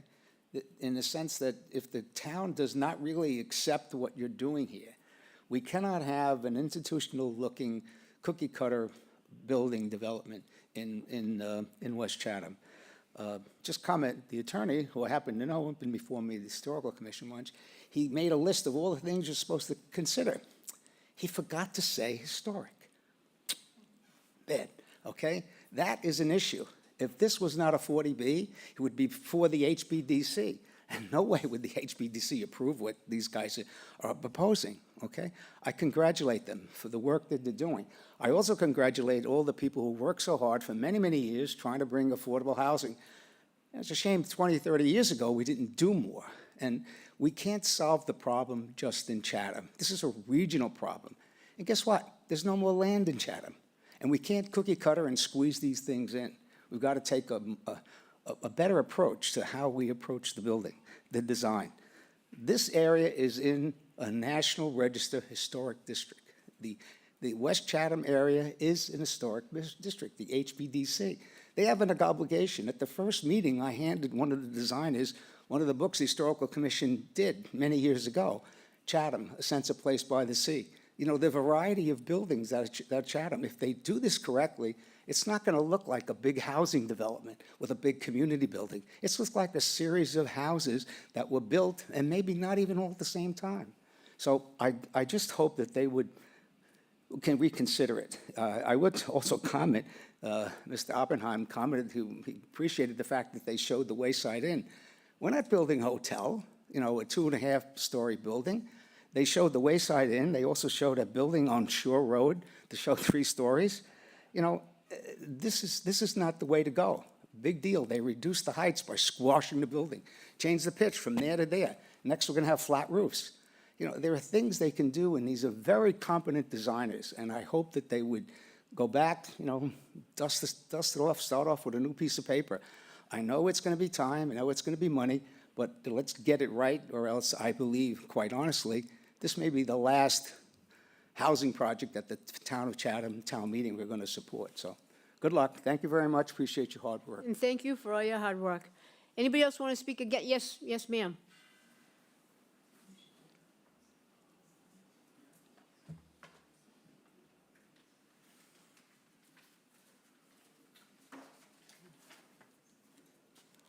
Good afternoon.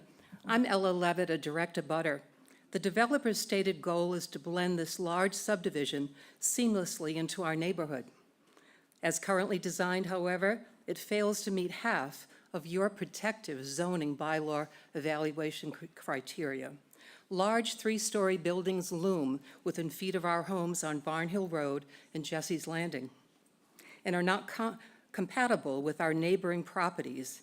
Their scale and mass will adversely impact our neighborhood's visual character and will result in loss of our privacy, quiet and peaceful use of our property. The developer's proposal locates streets, parking, and trash dumpsters adjacent to our backyards. It is preferable that the developer amend its proposal to remedy those shortcomings. If not, I respectfully request that you place conditions on the permit in accordance with the alternative site plan, which will soon be provided, and you've seen it in your materials. It will be on the screen shortly. This alternative plan was a collaborative effort of neighborhood residents, Chatham's Planning Board, Historical Commission, and Community Housing Partnership that will, and there are 5 points, maintain much-needed 48 low-income apartments by replacing the large community center with apartments to achieve that desirable goal. The site is not large enough to accommodate both. Chatham has a community center. An AI search produced this common sense response, which was very interesting. If you are already including a community green, then a small multi-purpose room is a likely sufficient and balanced alternative to a community center. Also, relocate the community green to be adjacent to our Barnhill Road and Jesse's Landing neighborhoods. This not only provides the necessary neighborhood buffer, but it preserves a great many more trees. Require that all streets, parking lots, and trash dumpsters be internal to reduce noise and litter. Limit parking spaces to 1.3 apartments. This developer's original proposal is in line with another common sense AI recommendation. Fewer parking spaces are needed for affordable housing development. Reduce street width to 1 lane, 1 way for driver and pedestrian safety, and reduction of impervious asphalt surfaces. These common sense alternatives satisfy your protective zoning bylaw evaluation criteria, and importantly, the town's RFP standards, specifying that site design respects adjacent properties, that buildings fronting on Main Street be representative of a traditional village center, that site design have internal traffic flow and a mix of building types. If the developer should consider these alternatives uneconomic, Chatham's RFP expressly provides for negotiating financial incentives that offset increased costs. I think it's a wonderful opportunity for this developer to have this as their forerunner property for others to come. And I hope they'll take this in consideration. You will as well. Thank you. Thank you, ma'am. In favor? I'm sorry, speaking against. Apologize. Against or a question? Yes, and we're delighted to see you back. Sarah, could I have the screen? This is really all unnecessary. Nobody is opposed to this development. Nobody. I have never heard anyone opposed to affordable housing development in Chatham or on this site. All we're talking about is doing it in a way that respects the adjacent properties, including the residential properties where I live on Barn Hill Road, and my friend here lives on Jesse's Road, Jesse's Landing. It also, the town's RFP, as my wife just said, set standards when they sent the RFP out, which includes an efficient, safe, and internal traffic flow. This does not have an internal traffic flow. It comes right out to our residential areas where there are parking lots, roads, and dumpsters. The RFP, again, sets a standard for a mix of missing middle housing types, not just all one type. This is a solution, a compromise solution that we're proposing that achieves all the goals that are set forth in the RFP. It maintains 48 units. It does not reduce the units. It has an internal traffic flow. It doesn't come out to the residential areas. It's beginning to get a better mix of housing types, missing middle housing types, and we can do better there. And it does respect the historic district that Frank just spoke about. So nobody, certainly not me, I've been a fan and an advocate of affordable housing in this community for years. I stood up at town meeting and spoke and voted for the town to buy this property. I was convinced, I was absolutely certain that as we go forward in this project, we can create a project here that will be very supported, hugely supported by this community, and serve as a model to go forward for additional affordable housing development in this town, because we need a hell of a lot more than this. Thank you. Thank you. Sir, please go ahead.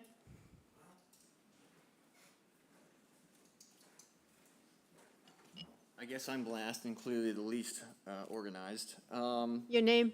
Ryan Phillips, 374 Orleans Road. I guess we've gone over that it's too big, it's bad for the environment, our infrastructure, it's in a historic district, it's not very historic. I guess I want to go with consistent with local needs and like the whole AMI system for this building. Everyone talks about needing teachers and police officers and that stuff, but we also need plumbers, electricians, line cooks, construction workers. And my issue with this whole, AMI thing is, if you're like an apprentice plumber or an apprentice electrician, and you're there for 4 years, and then you become a master electrician or master plumber, you're gonna make more money and you're not gonna qualify for this housing anymore.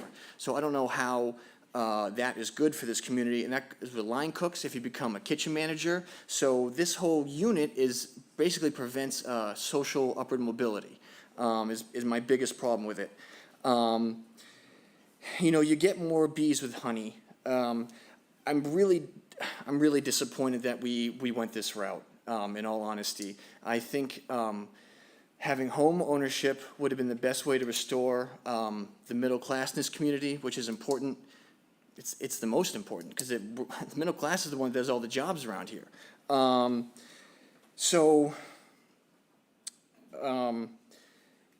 We just passed the seasonal designation thing, so we can make tiny houses for affordable housing. And I guess my plea to Penrose is like, do you want to be known as a company that does what's best for the community that you're going to be in, or is it just for your investors?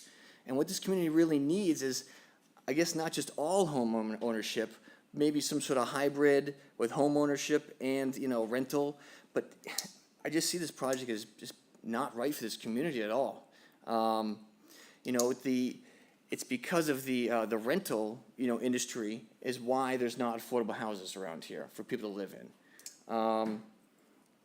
I guess I'm gonna stop here because I think I'm just gonna ramble a little bit, but yeah. So Thank you for coming. thanks. Sir, please attend to either microphone, whatever you like. Name is Peter Swenson. I'm the abutter to the motel, to the what. Do you want to lift that microphone up a little bit to help yourself? Like, yeah, you're the fellow that Peter Faber's representing, right? Yes. And we read his letter. Do you have anything different to say? I'm just wondering if we can solve a lot of the problems that we have here with density. You can solve parking, you can solve trash, noise, you can solve a lot by the density. I, from the beginning, have felt that the project was way too large this plan was way too large for the property. And I'm asking you to consider density or make it a smaller project. Okay, thank you. Other comments, either opposed or questions? Anybody online? No? Yes, please. Oh, okay. We're going to give you another shot. Go ahead. Could we get a clarification on what the height of the building? We couldn't see it on the screen. Well, we're going to get into that? We're going If to, you would yeah, just do that for us, absolutely. that's perfect. Yes. That would be the first thing we talk about. Right, the other addition is stark, bold. That what we saw in Needham or Eastham was screamed affordable housing, and I don't think that's even good for the people that live there, to be very frank. So Okay. let's Well- keep that in mind as we go through. Thank you. Yes. Oh. Okay, so we have two people online that either are going to talk opposed or have a question. Steve Buckley, why don't you go ahead one more time, and then we'll go to Elaine Gibbs. Thank you. I have a question about the lighting. Certainly, we don't want this to Just so look you know, like you have 1 minute left, Steve. Okay. Question, lighting. I know Penrose has a project in Orleans, and Orleans has I'm not familiar exactly with it, a zoning ordinance or bylaw on lighting. And so my question to Penrose is this project going to comply in the same way that the Penrose project in Orleans is going to comply with lighting? The idea being that it's possible to have, very easy to have too much lighting so that it doesn't fit in. Thank you. And just so you know, Steve, I saw the Penrose representative write down your question, so I'm pretty confident he just did that, right? Yes. Okay, so that's that. And now, Elaine Gibbs, please go ahead. Yes, I've agreed with most of the comments made tonight. One thing, you saw the pictures of Nauset Green. You saw the lack of vegetation. But in addition to the fact that what you see there, they only have 6.5 units per acre. and we have 16 and a half. So our project is far, far more dense than what you're seeing at Nauset Green. And I think the density is the single biggest problem. It creates parking problems. It creates the number of people entering and exiting. There is no assigned parking. There is no guest parking. And 6 individuals can live in the 3-bedroom unrelated. If they all have cars, that's going to take away from the people who, come home after work and find there's no parking. But the density has to be reduced, in my opinion. It is way too big for 3 acres. Thank you. Okay. Anything else, ma'am? Nope. Were you done speaking, Ms. Gibbs, or did you get accidentally cut off? No, I'm done. Thank you. Okay, yes, just wanted to make sure. All right, very good. Anybody else, either here or on Microsoft Teams, that wishes to speak against or has a question? No. All right, so now we're going to bring this topic to our board members. And I just want to ask Penrose, because we have your handout, but we don't have the ability to put the page with the building heights on the screen. Could you possibly do that for us? Because that's the first topic we're going to take up.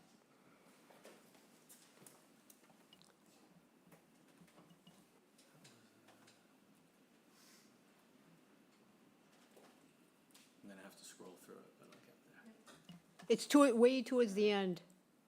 Oh, no, it was the one with the table on it? Correct. It was the end of the arc of Paul's. It was right before the landscaping.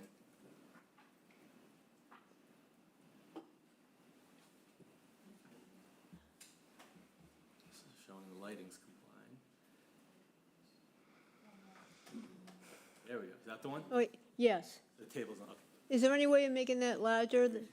If we want to take I can't, but. We're going to. You know a way? Yeah, I We can can scan take the center of record if you need it. Oh, perfect, perfect.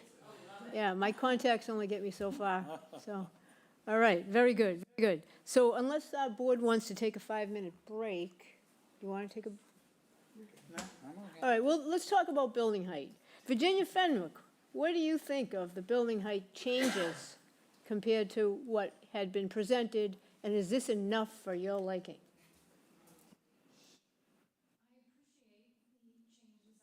Reduce 2 of the design units. I would like to see, well, one question I did have about, which I think someone else asked, is building C that higher 34 feet all the way across, or was it just a portion of that building? That was. Hello, it's Paul again. The calculated height is always to the highest point of a structure. The back part of it, let's say the lower ridge, is lower, and that height is 30 feet 5 inches, calculated per the zoning ordinance, but in actuality, it's 30 feet 11 from the finished grade. But I thought it was 32, and. That's at the highest point. Which There's is just 2 a ridge lines portion, for that. just, right. We need to do it the Chatham way, which is. Yeah. Okay, just tell us that one way, because it's going to get way too The complicated. lower part is 30 feet 5 inches. And that's the And that- majority of the building, Yes. yeah. Oh, let's say 70%, 60 to 70. Well, we have the chart up there, so see if that helps. Yeah, and then the rest of the building is a little higher, right at the 30. Well, there's 2 building type Cs. There are multiple, there's 6. So each one of them has a different value. Because, yeah, But the highest one, as you can see, is building number 1 at 33 feet 8 inches. yeah. Okay, What about 30 feet 11 inches? Wouldn't that be Well, higher? Let's scroll over. 33, 11? Building 1 is right here. Yeah. that's what it is. 33, 8. No, 3 foot 8 is the ask waiver Right. request. 33, 8 is what you're. Okay. Yes, yeah, Yeah. right. wondering if, to follow up on that question, maybe you slide over here, because as Paul was saying, if you look on this part of the sheet, you'll see that the numbers in red are the value for the waiver request per building. Yeah. Thank you. So the tallest buildings are 33 feet 11 inches, correct? 33.8. What about the tallest building is the- 3311 one that is in the, I'm sorry? building 6 is 3311, Oh, yes, okay. okay? So that's practically 34 feet, right? Okay, so that's the tallest one, Correct. all right. Hold on one sec. Did I hear answer or question from the board? From the board, yes. Oops. Hold on one sec. Actually, we can see everything. There we go. So remember, this building C occurs 6 times. Each of them has a different waiver request, Okay, yes, height, yes. depending on where they are on the site. 33 feet depending, and maybe 11, maybe 8, just different ones. Yeah, Yeah. as low as 32, remember. Yep, yep. Okay, thank you for pulling that up, because I was thinking when you went through it that it was just this peak that was at the height, but I see that it's all the way across. There, and then lower section. And I think that was the question, yeah. So, as I was saying, I appreciate that they've made an effort to bring it down. I don't know that I understand why they can't all be at 30. That's really where I think it's because building C wants those 2 units upstairs, and the headroom of the bathroom was creating a need for the extra, but I don't know if a redesign could accommodate. So I'm not in favor of the exception for 30 feet. Okay, that's what I wanted to clarify. Steve, what do you think about height? Well, I kind of feel the same way. As going as far as eliminating the 3rd floor altogether.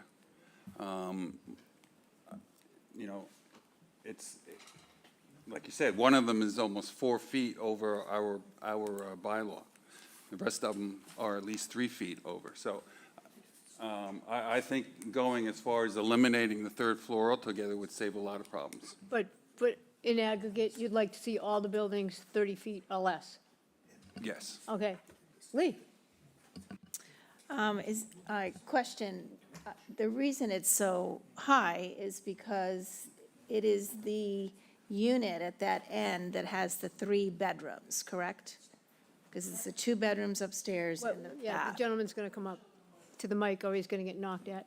I'll go, excuse me, this is Paul again. I'll just go to this slide, which shows the habitable area in the attic, up on the right-hand side, right here. That's a sectional cut through the building.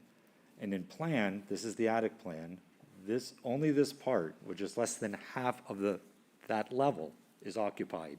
And it's occupied by 2 bedrooms on either side and a bathroom. Yes, please. I just want to make a clarification that the first floor where you see on the upper right-hand side, this is where the 3-bedroom is. So this is the only building with 3 bedrooms. This is the only building with 3 bedrooms, and we only have 6 3-bedrooms in the entire project. And for the state guidelines for unit sizes, you need 10% of your units to be 3 bedrooms. Okay, thank you. So I'm too in favor of the 30-foot requirement, especially in the buildings that are along the rear of the property, the southern side. I'm okay with going over a little bit on the street. I don't think that's going to be a problem, but I think in terms of the abutters' concerns, I think that keeping the buildings as low as possible, at least within 30 feet, would be a good move. Okay, very good. Paul? Well, I think in order to get a feel for where we're at on this, I've heard two presentations, one of which seemed to indicate that if you were on Jesse's Landing and you were looking over the houses on Jesse's Landing, you wouldn't see any of the buildings that are in place here because they're blocked by the roof line from Jesse's Landing. At least that was one perspective that was given. On the other hand, I've also received the board material submitted by Mr. and Mrs. Levitt, which shows an individual in perspective to the size of the house that's going to be behind them, and shows the individual being dwarfed by the building. Of course, it doesn't show any of the landscaping there. And it seems to me that it's not clear to me that even from the Levitt proposal, the buildings change. They change in terms of location, and the traffic pattern changes, but I haven't seen anything that proposes a different design for the houses themselves. So it may well be that I would come to the same conclusion concerning the question of whether we have to go to that height or don't have to in order to make the number of bedrooms that we want to make. But in any case, I need to get a better perspective on what this is actually going to look like.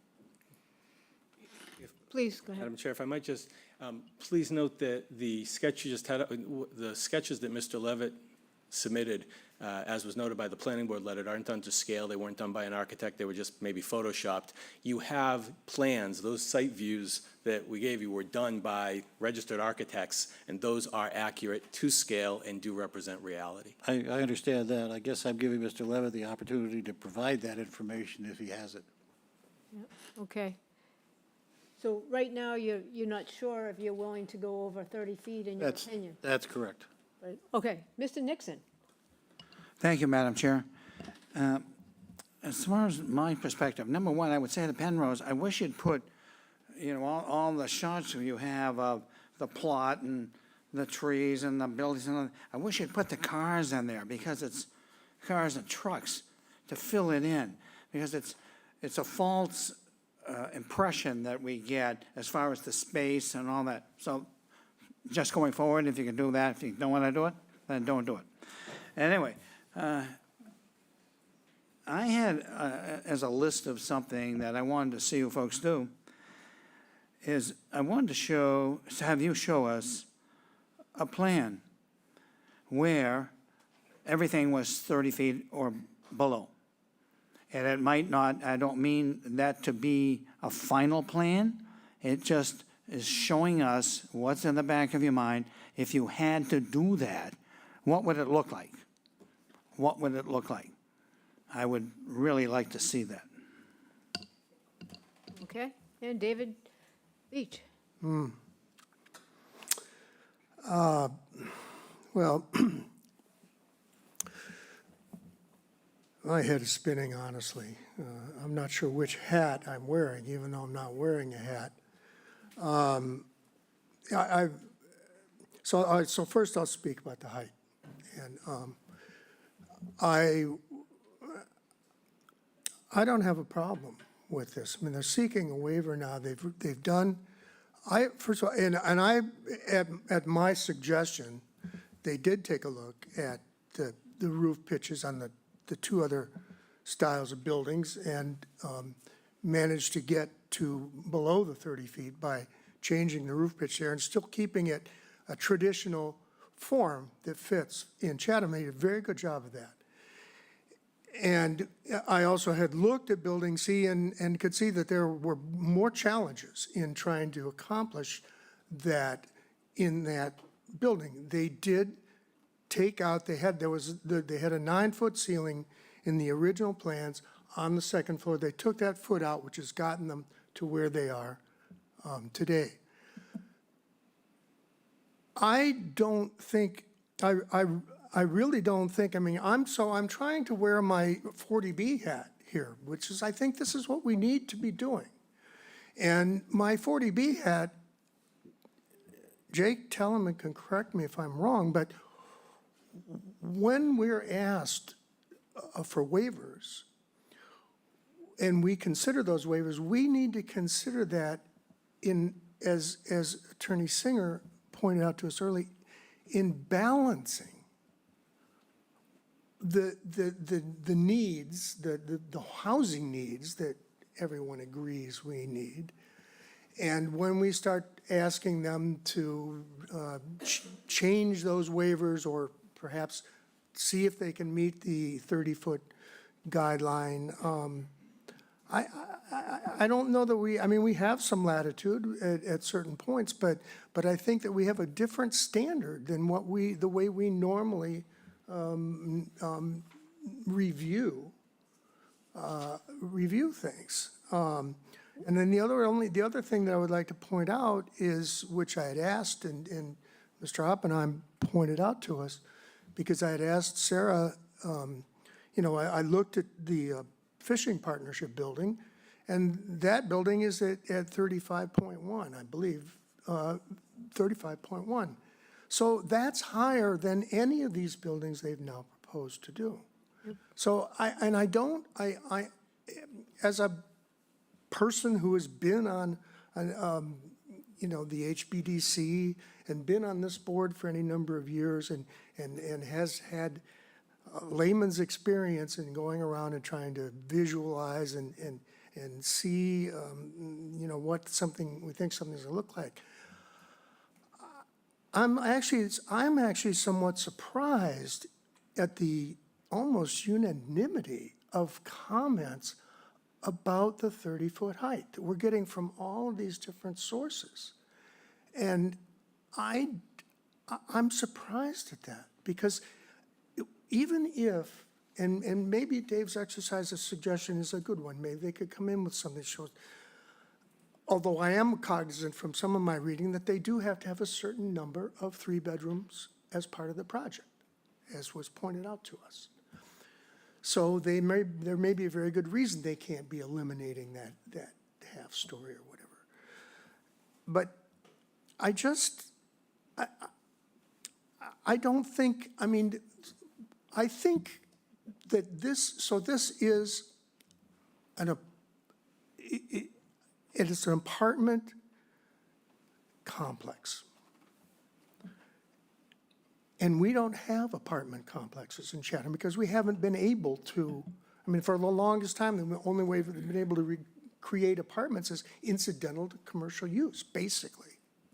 So there's in some ways, there is no way that this is not going to appear somewhat different than what we've always gotten. Because it's a different thing that they're asking for very good reasons, in my judgment. So that's the way I feel about the height. How about if we ask council to opine on what you Yeah, mentioned? so I would like to hear He's Jay's here. take on Yeah. that, because I feel like I'm hearing people are coming in and trying to propose different layouts and all Okay, that. so we're going to hear from Jay Yeah, thank Telemann, Town Council, and for the benefit of this board and the public. Welcome, council. Thank you, Randy, and thanks for the questions. I think they're good questions, and I think the discussion's been really good. Certainly, I don't mind, and I think the process contemplates and can tolerate some discussion of height of the buildings. I think that is fair game, and I think Member Nixon's questions or inquiry in terms of maybe just showing us what it would look like is a fair one. But I do think that we should be cognizant of the very different burdens of proof and posture that 40B applications reach us. The deference and the burdens are essentially flipped a little bit. And it is inherent in the process that there's going to be waivers, that these aren't going to be your normal projects. And the applicant is going to be charged with some obligation to demonstrate that their waivers will be what we call consistent with local needs. That's the term used in the statute and in the regulations. And I think some of their presentation earlier was to look at the height issue and say why it wouldn't impact local needs. I do think it's important, and I'm not going to speak for the board, if they're ultimately very interested in seeing some moderation of the height, then I think they should work with the applicant to try and achieve that within reason. But I think we do have to get out of the mindset that there is adherence in 40B projects to what we normally see. There is going to be some variance and some, in fact, some uncomfort or discomfort with respect to the size and shape and the scale of the projects, because that's what 40B contemplates so that an applicant can make ends meet here. Now, there's going to be changes to this project. The applicant introduced a few, and maybe height ends up being one. So I think the point that I'm trying to make, Mr. Beach, I think, made it really well, is we're in a slightly different place here. So I think we have to keep that in mind when we are asking them or suggesting that the height should be reduced to something that's more in keeping with our zoning bylaws. I think we're going to have to be a little more tolerant about exceedances of that at the end of the day. All that said, I think the dialogue on height is a healthy one. And I think it's something that the applicant should keep in mind because it is an issue that is certainly important to the board and the area residents. So I know that's kind of on both sides of this issue. I'm just trying to create more of a framework from which the board is going to have to view the various components of this project, and there's going to be a lot more. So I hope that responds to the inquiry here, and I'm happy to explain further or take it one issue at a time. Yeah, so that's your comment for height, or sort of a reality check for us. And I will say that I agree with Mr. Nixon. I would like to see all the buildings 30 feet or under in a new presentation. And I kind of, I'll just be honest, I thought 32 would be my cutoff. So, but I would still like to see everything at 30 in a presentation on July 17th when you come back. I feel like we have a consensus that if we were going to vote right now on something that we that we demand, it would be a change in height. I think everybody feels that way. Yes, please. Just one further comment I'd like to say, because there were a few of the suggestions that were made to us help me point out. In my judgment, they are also doing a very good job of trying to balance a traditional look that fits. Yes, you could do a mansard roof. We have maybe 2 or 3 buildings in Chatham that have mansard roofs, but or you could do a lower pitch hip roof and lower a roof in order to gain a foot or two. But I don't think that's going to look very good. We may find out when they come back to us. But I think they're trying to balance and are doing a very good job of balancing some buildings that look like they belong here. And that's just my take. Thanks. Yep, okay. So I'd like to take a 5-minute recess and then come back because we have a lot of other issues to tackle. So, Madam Chair, just yes. since you're going to go on to another topic, could I just have a quick response? Just because it might help to Mr. Nixon's request. There's a simple solution from a practical point of view to what Mr. Nixon suggested. If you changed all 6 C buildings to B buildings, they'd all be under 30 feet. However, you'd then have no 3 bedrooms, and now we'd be in violation of the state law and the RFP request. So something could be done, but that's what you would see. A plan would look like you'd have A and B buildings, and there'd be no C buildings, because those all comply, in case that helps. Thank you. Well, Okay, so be it. okay. All right, that's it for now. We'll be back in 5 minutes.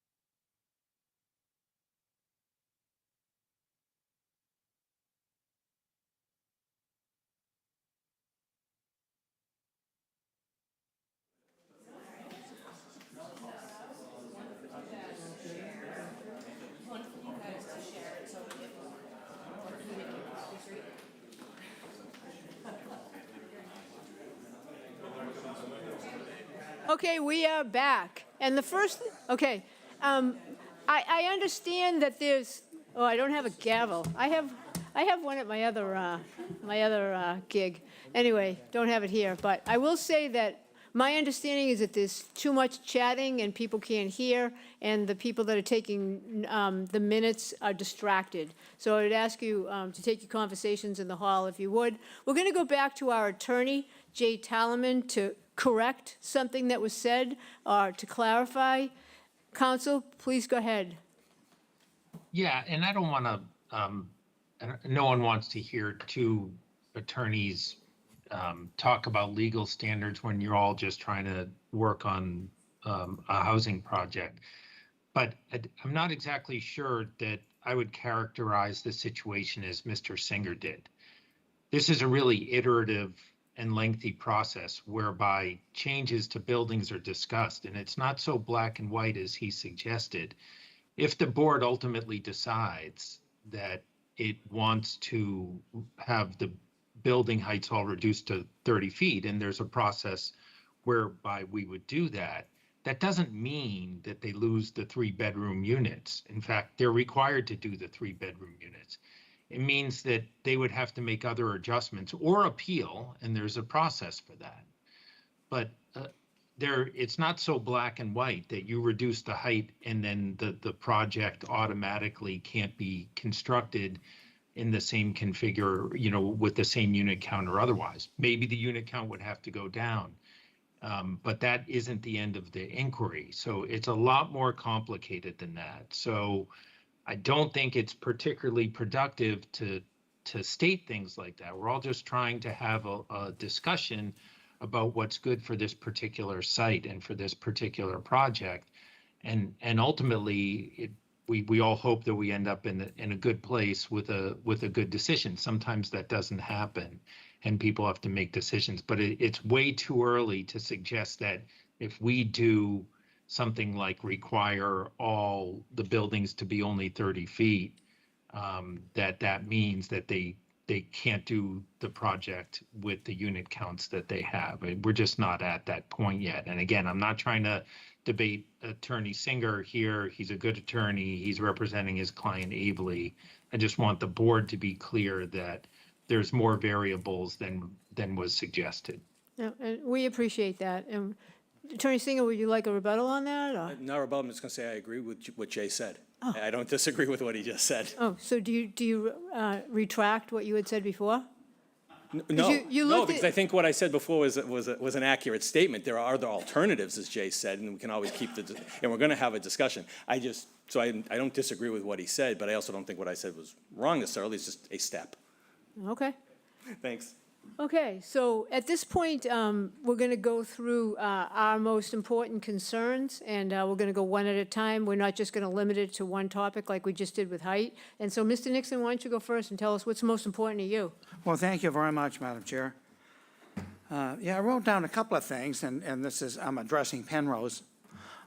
These are things I would like to see.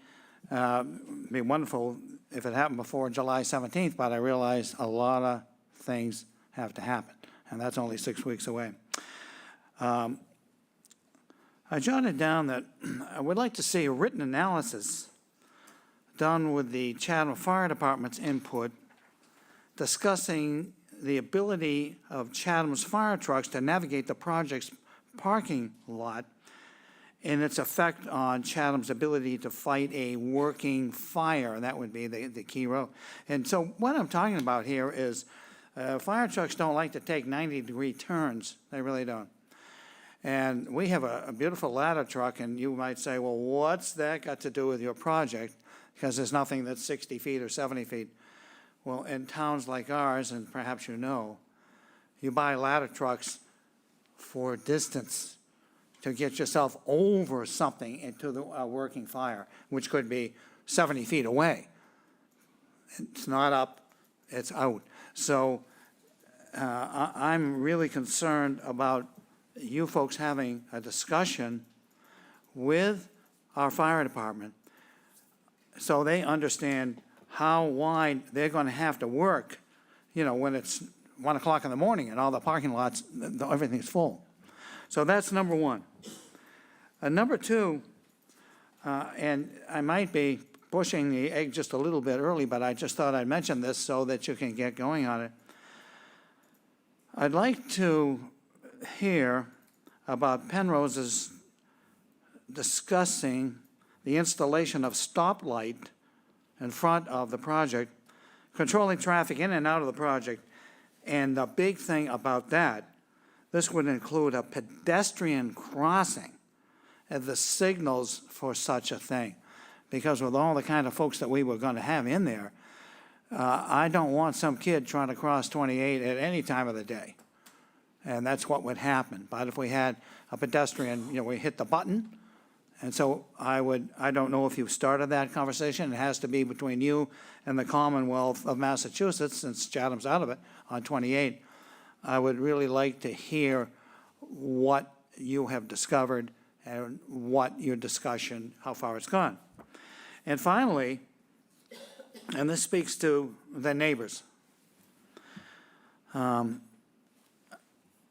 would like to see you folks get together with the input of two Chatham real estate sales firms, and Randy and I would be the ones to choose who that would be, analyzing the project's impact on neighboring properties, including such issues as noise, odors, light pollution, and some of the stuff you've addressed. So views, increase in crime. People say to me, what are you talking about? Well, housing projects sometimes have crime. And the short-term and long-term impact on property values.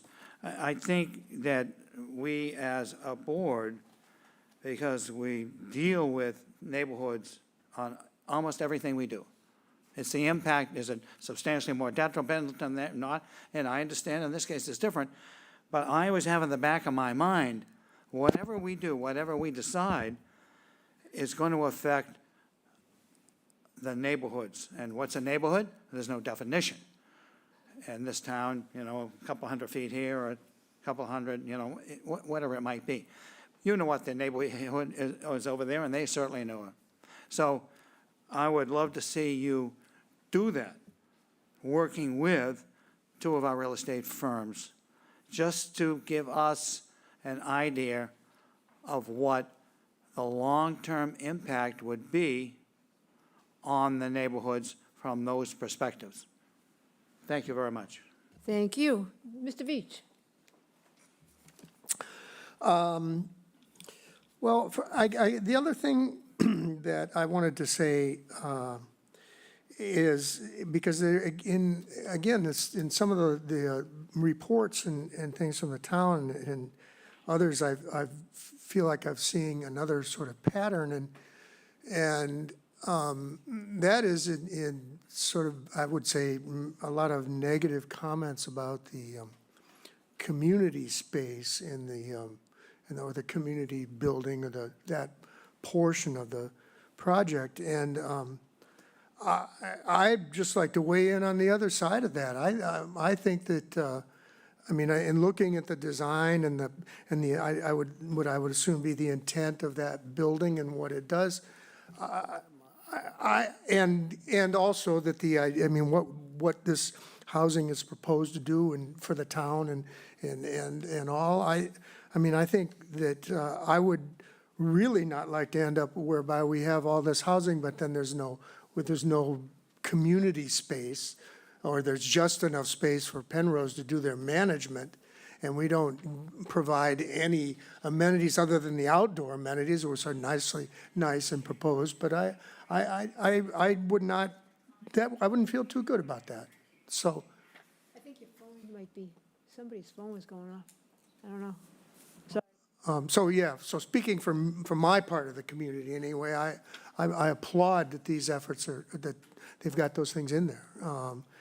Other than that, in some of the letters that came through, I'm not sure about the question about when the traffic study was done, and perhaps another one during the summer might be, and then some of the planning board comments about internal controls and for traffic controls, and I don't feel qualified at all to hear, or I'd like, we'll hear maybe the arguments or points of view, but the suggestion that there be a entrance designated, one road be the entrance, the other be an exit, and it be a one-way traffic flow, I guess I'd like to hear more about the reasons for and against that kind of layout. Other than that,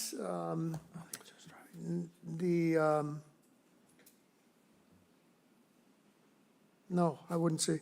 Yeah. Okay, Dave, let me speak to the traffic question. Sure, yeah. As you know, the board appointed Randy and I to do peer reviews. Yeah.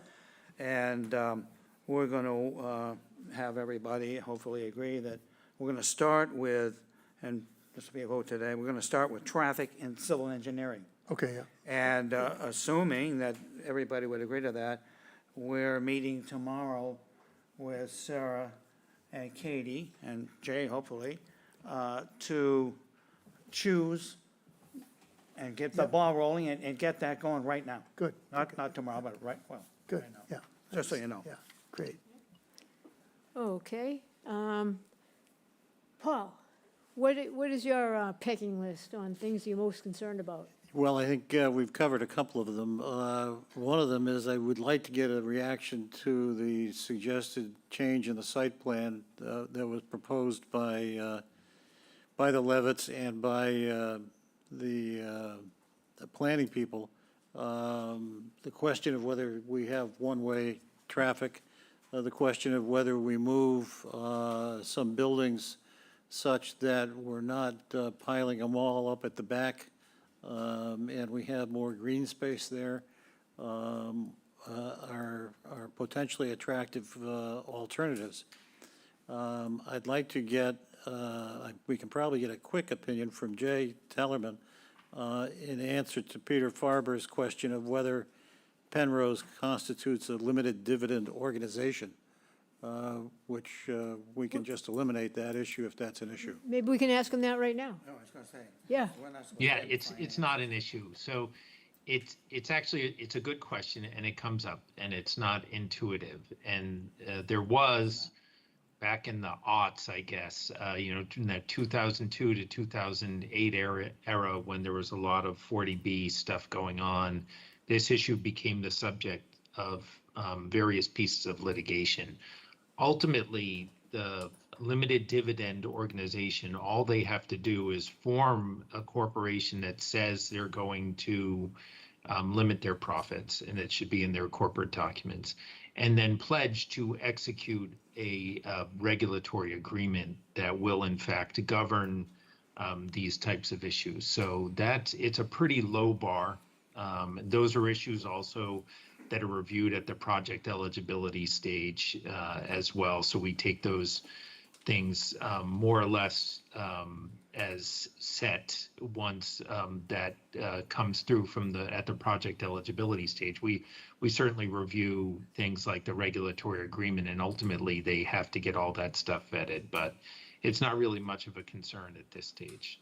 Okay, good. I wanted to make sure we didn't have to worry about that. I share the concerns about the community center, or what's considered to be a community center, and whether it should be a community center or it's a management office. It seems to me it's probably not necessary as a community center. I may differ with Dave Veach on that, but we'll wait and see. The traffic study that has been done, I assume, probably took into consideration the fact that there is a change in traffic in July and August. I don't know that a traffic study is necessary in July and August in order to make a decision but I'll leave that up to some of the more technical people that we'll be dealing with. The other issue that I haven't heard anything talk about is local preference, and whether there is a local preference or will be a local preference with respect to the housing that's available here. So I do want to hear something about that. The parking issue is one that is battered back and forth. Some people seem to be saying that we need 1.3 spaces, others are saying 1.7 spaces.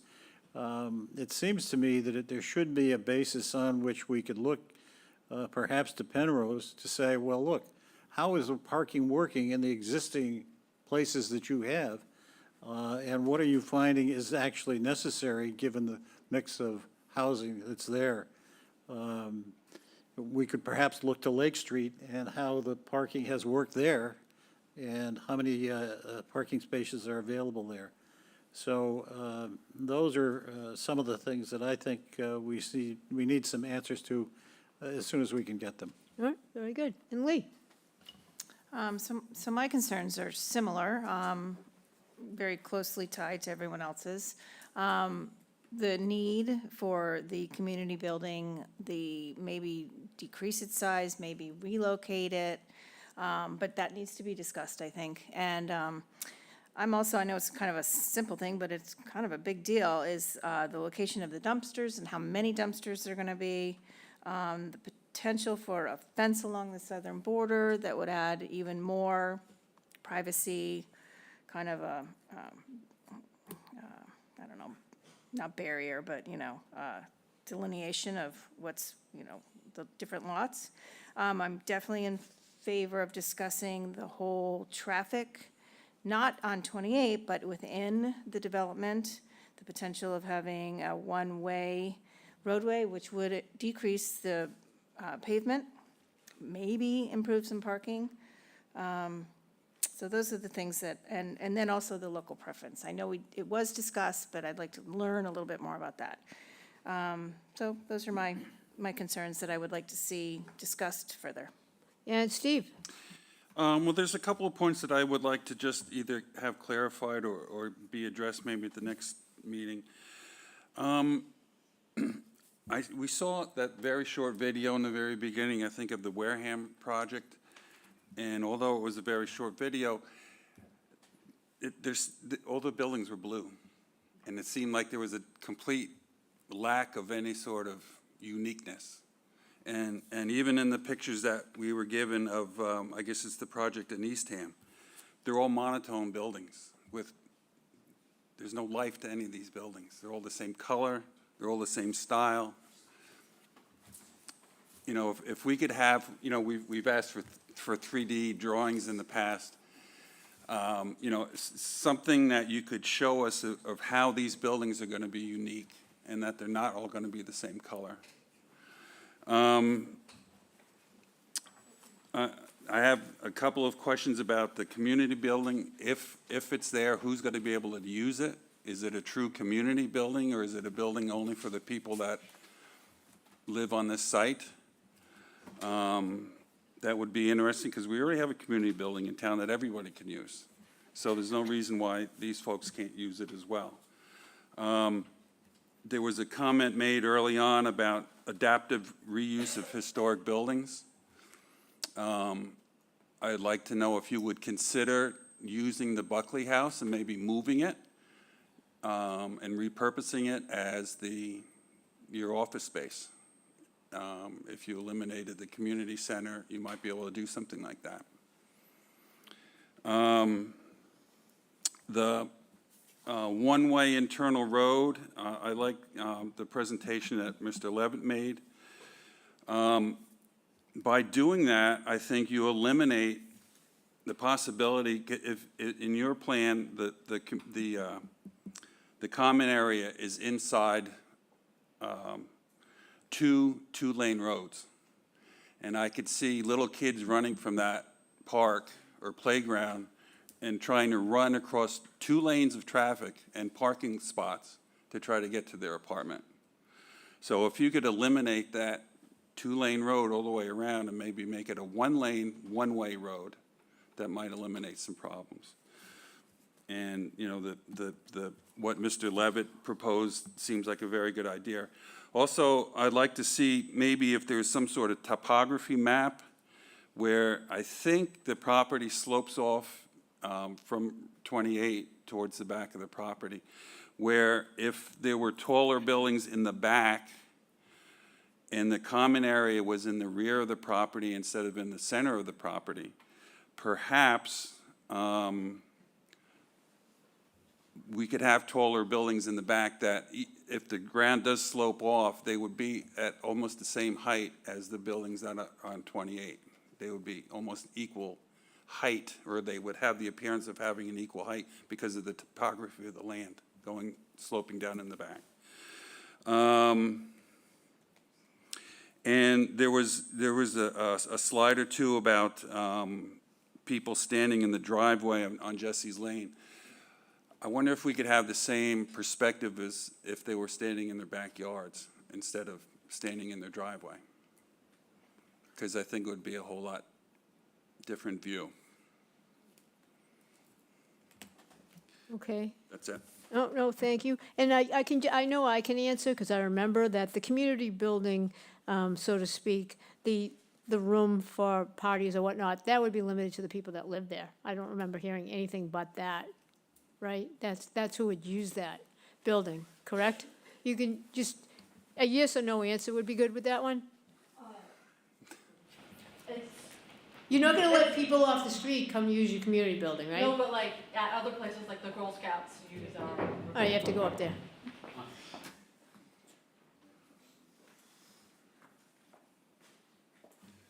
It's not going to be open access, but if people coordinate with our management, groups like Girl Scouts or other groups often use our community rooms at other developments.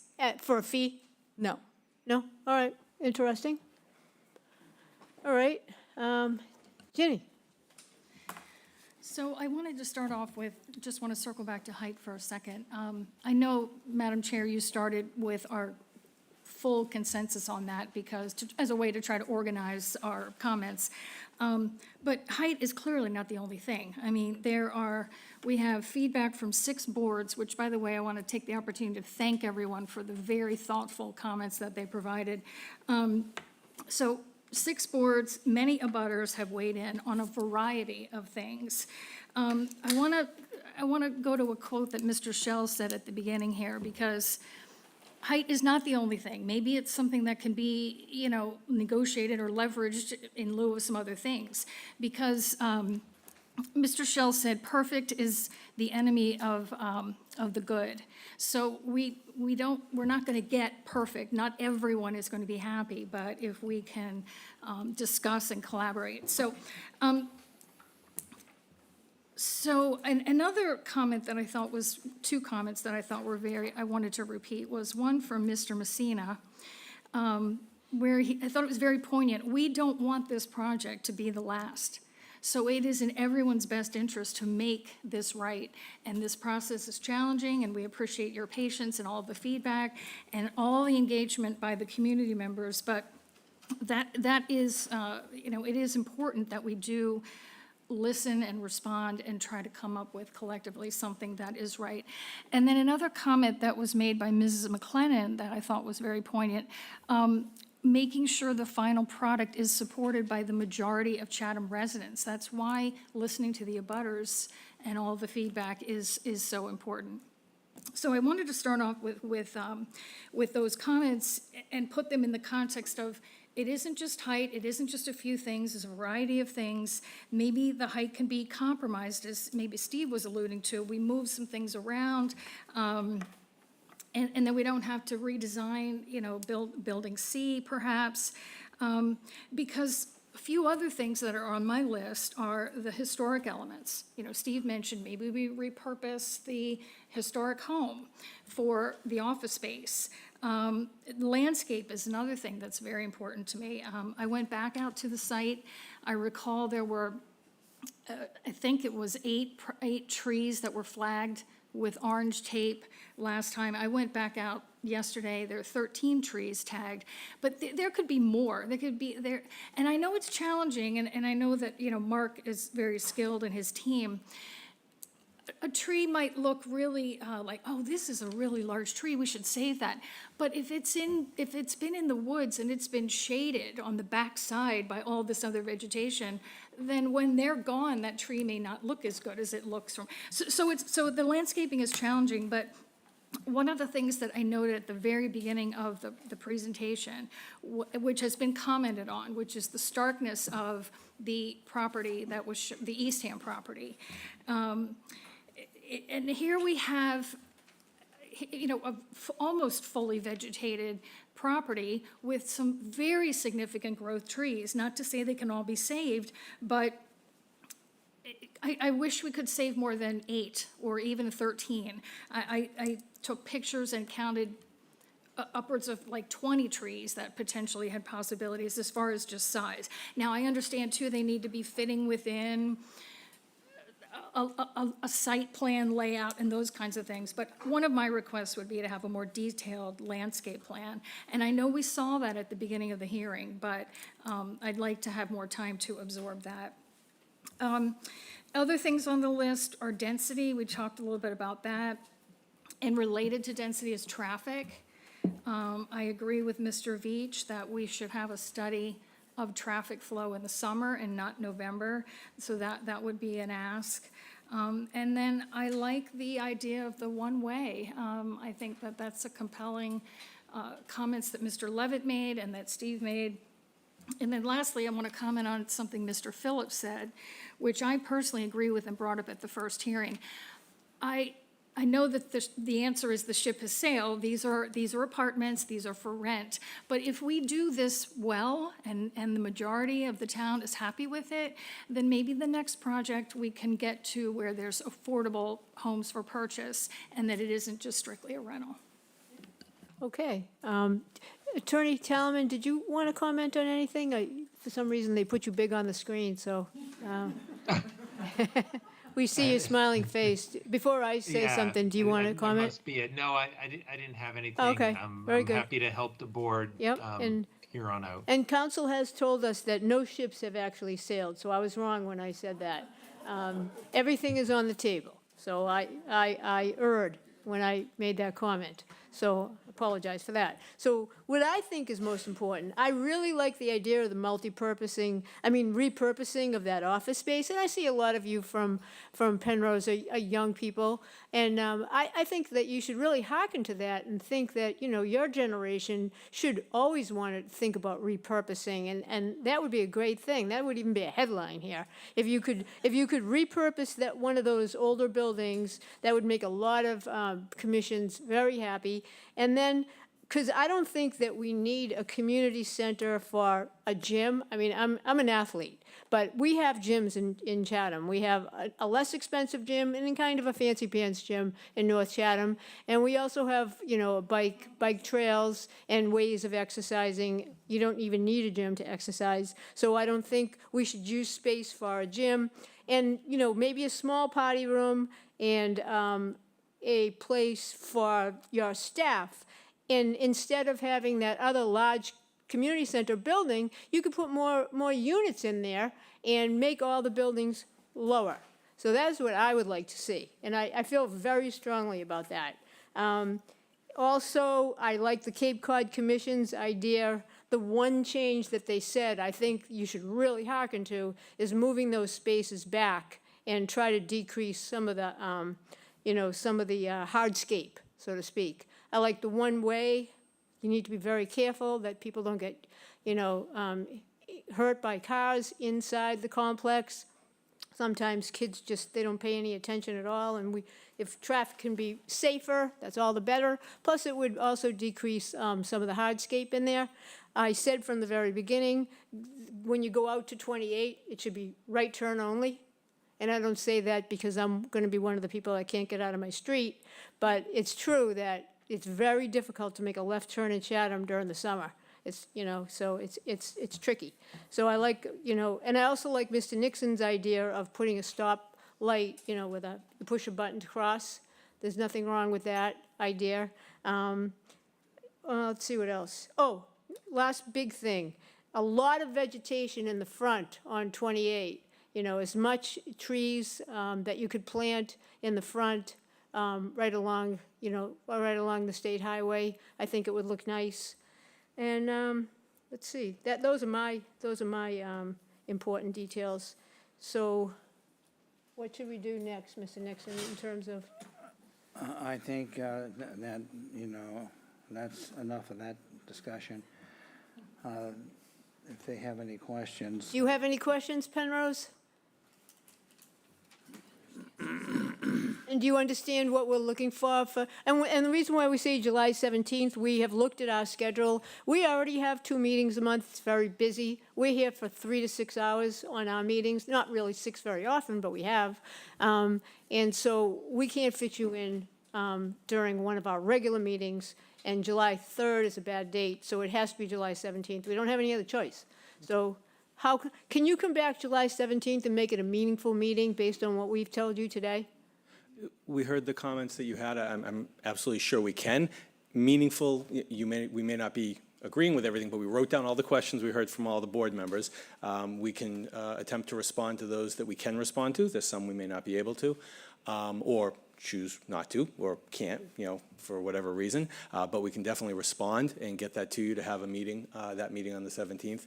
I did have a process question. Mr. Nixon mentioned that you're having a meeting internally tomorrow to talk about peer review. I don't know, and I asked this with town council on the call as well, I don't know if that's something that the applicant should be at or how that works, because I know there's ultimately the 53G account and everything that we have to set up, but there are, I know, rules about selecting peer review consultants under both the Chatham regulations and the 40B regulations of the state. I'm sure our counsel knows what those rules are, and he would never advise us against anything but what the rules are. So let's ask him to opine on tomorrow's meeting. Yeah, the board here delegated in the first session the task to the 2 members of the board. So they're going to work with staff to identify folks. Procurement doesn't apply. So the board is going to select entities for at least those 2 areas of peer review, traffic and civil engineering. That should get us pretty far down the road. We'll have those entities that they do select with the help of staff to develop a scope. Then we'll get you that scope. This will all happen in between the hearing sessions. And if you can get that scope funded and we can get them under contract, then maybe we could accomplish some meaningful peer review by the 17th as well. Go ahead, Mr. Singer. Okay, no, thank you. That's very helpful, Jay. So question, so right now, if we get the peer review underway, presumably they will be looking at the traffic study that has been submitted, which has the seasonal adjustment for summer, and also the civil plans that are before you right now. That's what I'm assuming is taking place. And then, so as I understand it, you'll get us a scope, we'll look at it, we get it funded, and then you're off to the races. And we're doing that tomorrow. We're Yeah. doing that tomorrow. Right. And I think the expectation too, Andrew, would be that we'd probably have the experts speak to each other rather than having it be so formal. I assume that would be okay on your side. It works pretty well. They can get ideas back and forth with each other. I do think it may make some sense for the board to pick either traffic or civil engineering, because I think it's unlikely, given everything else that we're doing, that we would get to both on July 17th. So I think it may be a good idea for us we should get both experts engaged. I'm going to suggest that traffic is going to be an easier and shorter review than civil engineering, and maybe choose traffic, but you could certainly choose civil engineering for the July 17th with the target if the We would like to professionals do can get their heads traffic together. like the week of July 3rd, July 4th, because that's worst case scenario for traffic. And so, Well, our yeah. peer reviewer isn't going to be redoing studies. They're going to be reviewing their studies and making suggestions. If the applicant wants to supplement their studies with actual stuff around the July 4th weekend, I'm sure that would be helpful to our analyst. But our analyst is just to review their work, not to do work from the ground up. And if I might be able just to, I agree, with what, as what you just said, the traffic study was done in November, it was seasonally adjusted per Cape Cod Commission standards in the summer. So it takes into account all summer. But I want to make sure we're on the same page, because when you talk about traffic, you talk about civil, I actually would think that the civil peer review is maybe more important, because traffic's just looking at the impact of the cars coming in and out of the site on Route 28 and the neighboring roads. Whereas what you all were talking about a lot, when you talk about circulation and on-site flow and things. That's not traffic, I don't believe, because that's not in the traffic study. That's actually on the civil plans. So if those are almost all of you were raising some of those concerns or those questions, the civil peer review might be more advantageous for you to start. We'll talk about it tomorrow. Absolutely, I just wanted to raise that. Yeah, and I would ask that when you come back on the 17th, you actually address all the important aspects of concerns that we did provide to you today, especially for our boards, you know, the HPDC and the historic, you know, and planning, because they provided, you know, punch lists for you to look at. And even if your answer is no, you should tell us no because. And if it's no because you say it's financially unfeasible, then we could take measures to check your work. Yeah, no, we will address the comments, all the various questions that we had. We appreciate the feedback, because that lets us focus what we're looking at. Yep, okay, very good. Should we adjourn? Okay, we're going to adjourn. Can I have a motion to adjourn? Point of order, do you need a Motion to motion to continue. continue to the 17th? Oh, yes, sorry, yeah. I jumped the gun. Okay. Paul? I'll move to continue the hearing to July 17, 2025. Dave Veach seconds and votes yes. I vote yes. All votes yes. Ginny votes yes. As do I, and now, I'll move to adjourn. Thank you. Dave Veach seconds and votes yes. I vote yes. All votes yes. Ginny, I'm sorry, Lee? I vote yes. Steve? votes yes. Ginny votes yes. As do I. Good night, Chatham. Thank you very much. What time is it? 5:03 PM. 5:03 PM.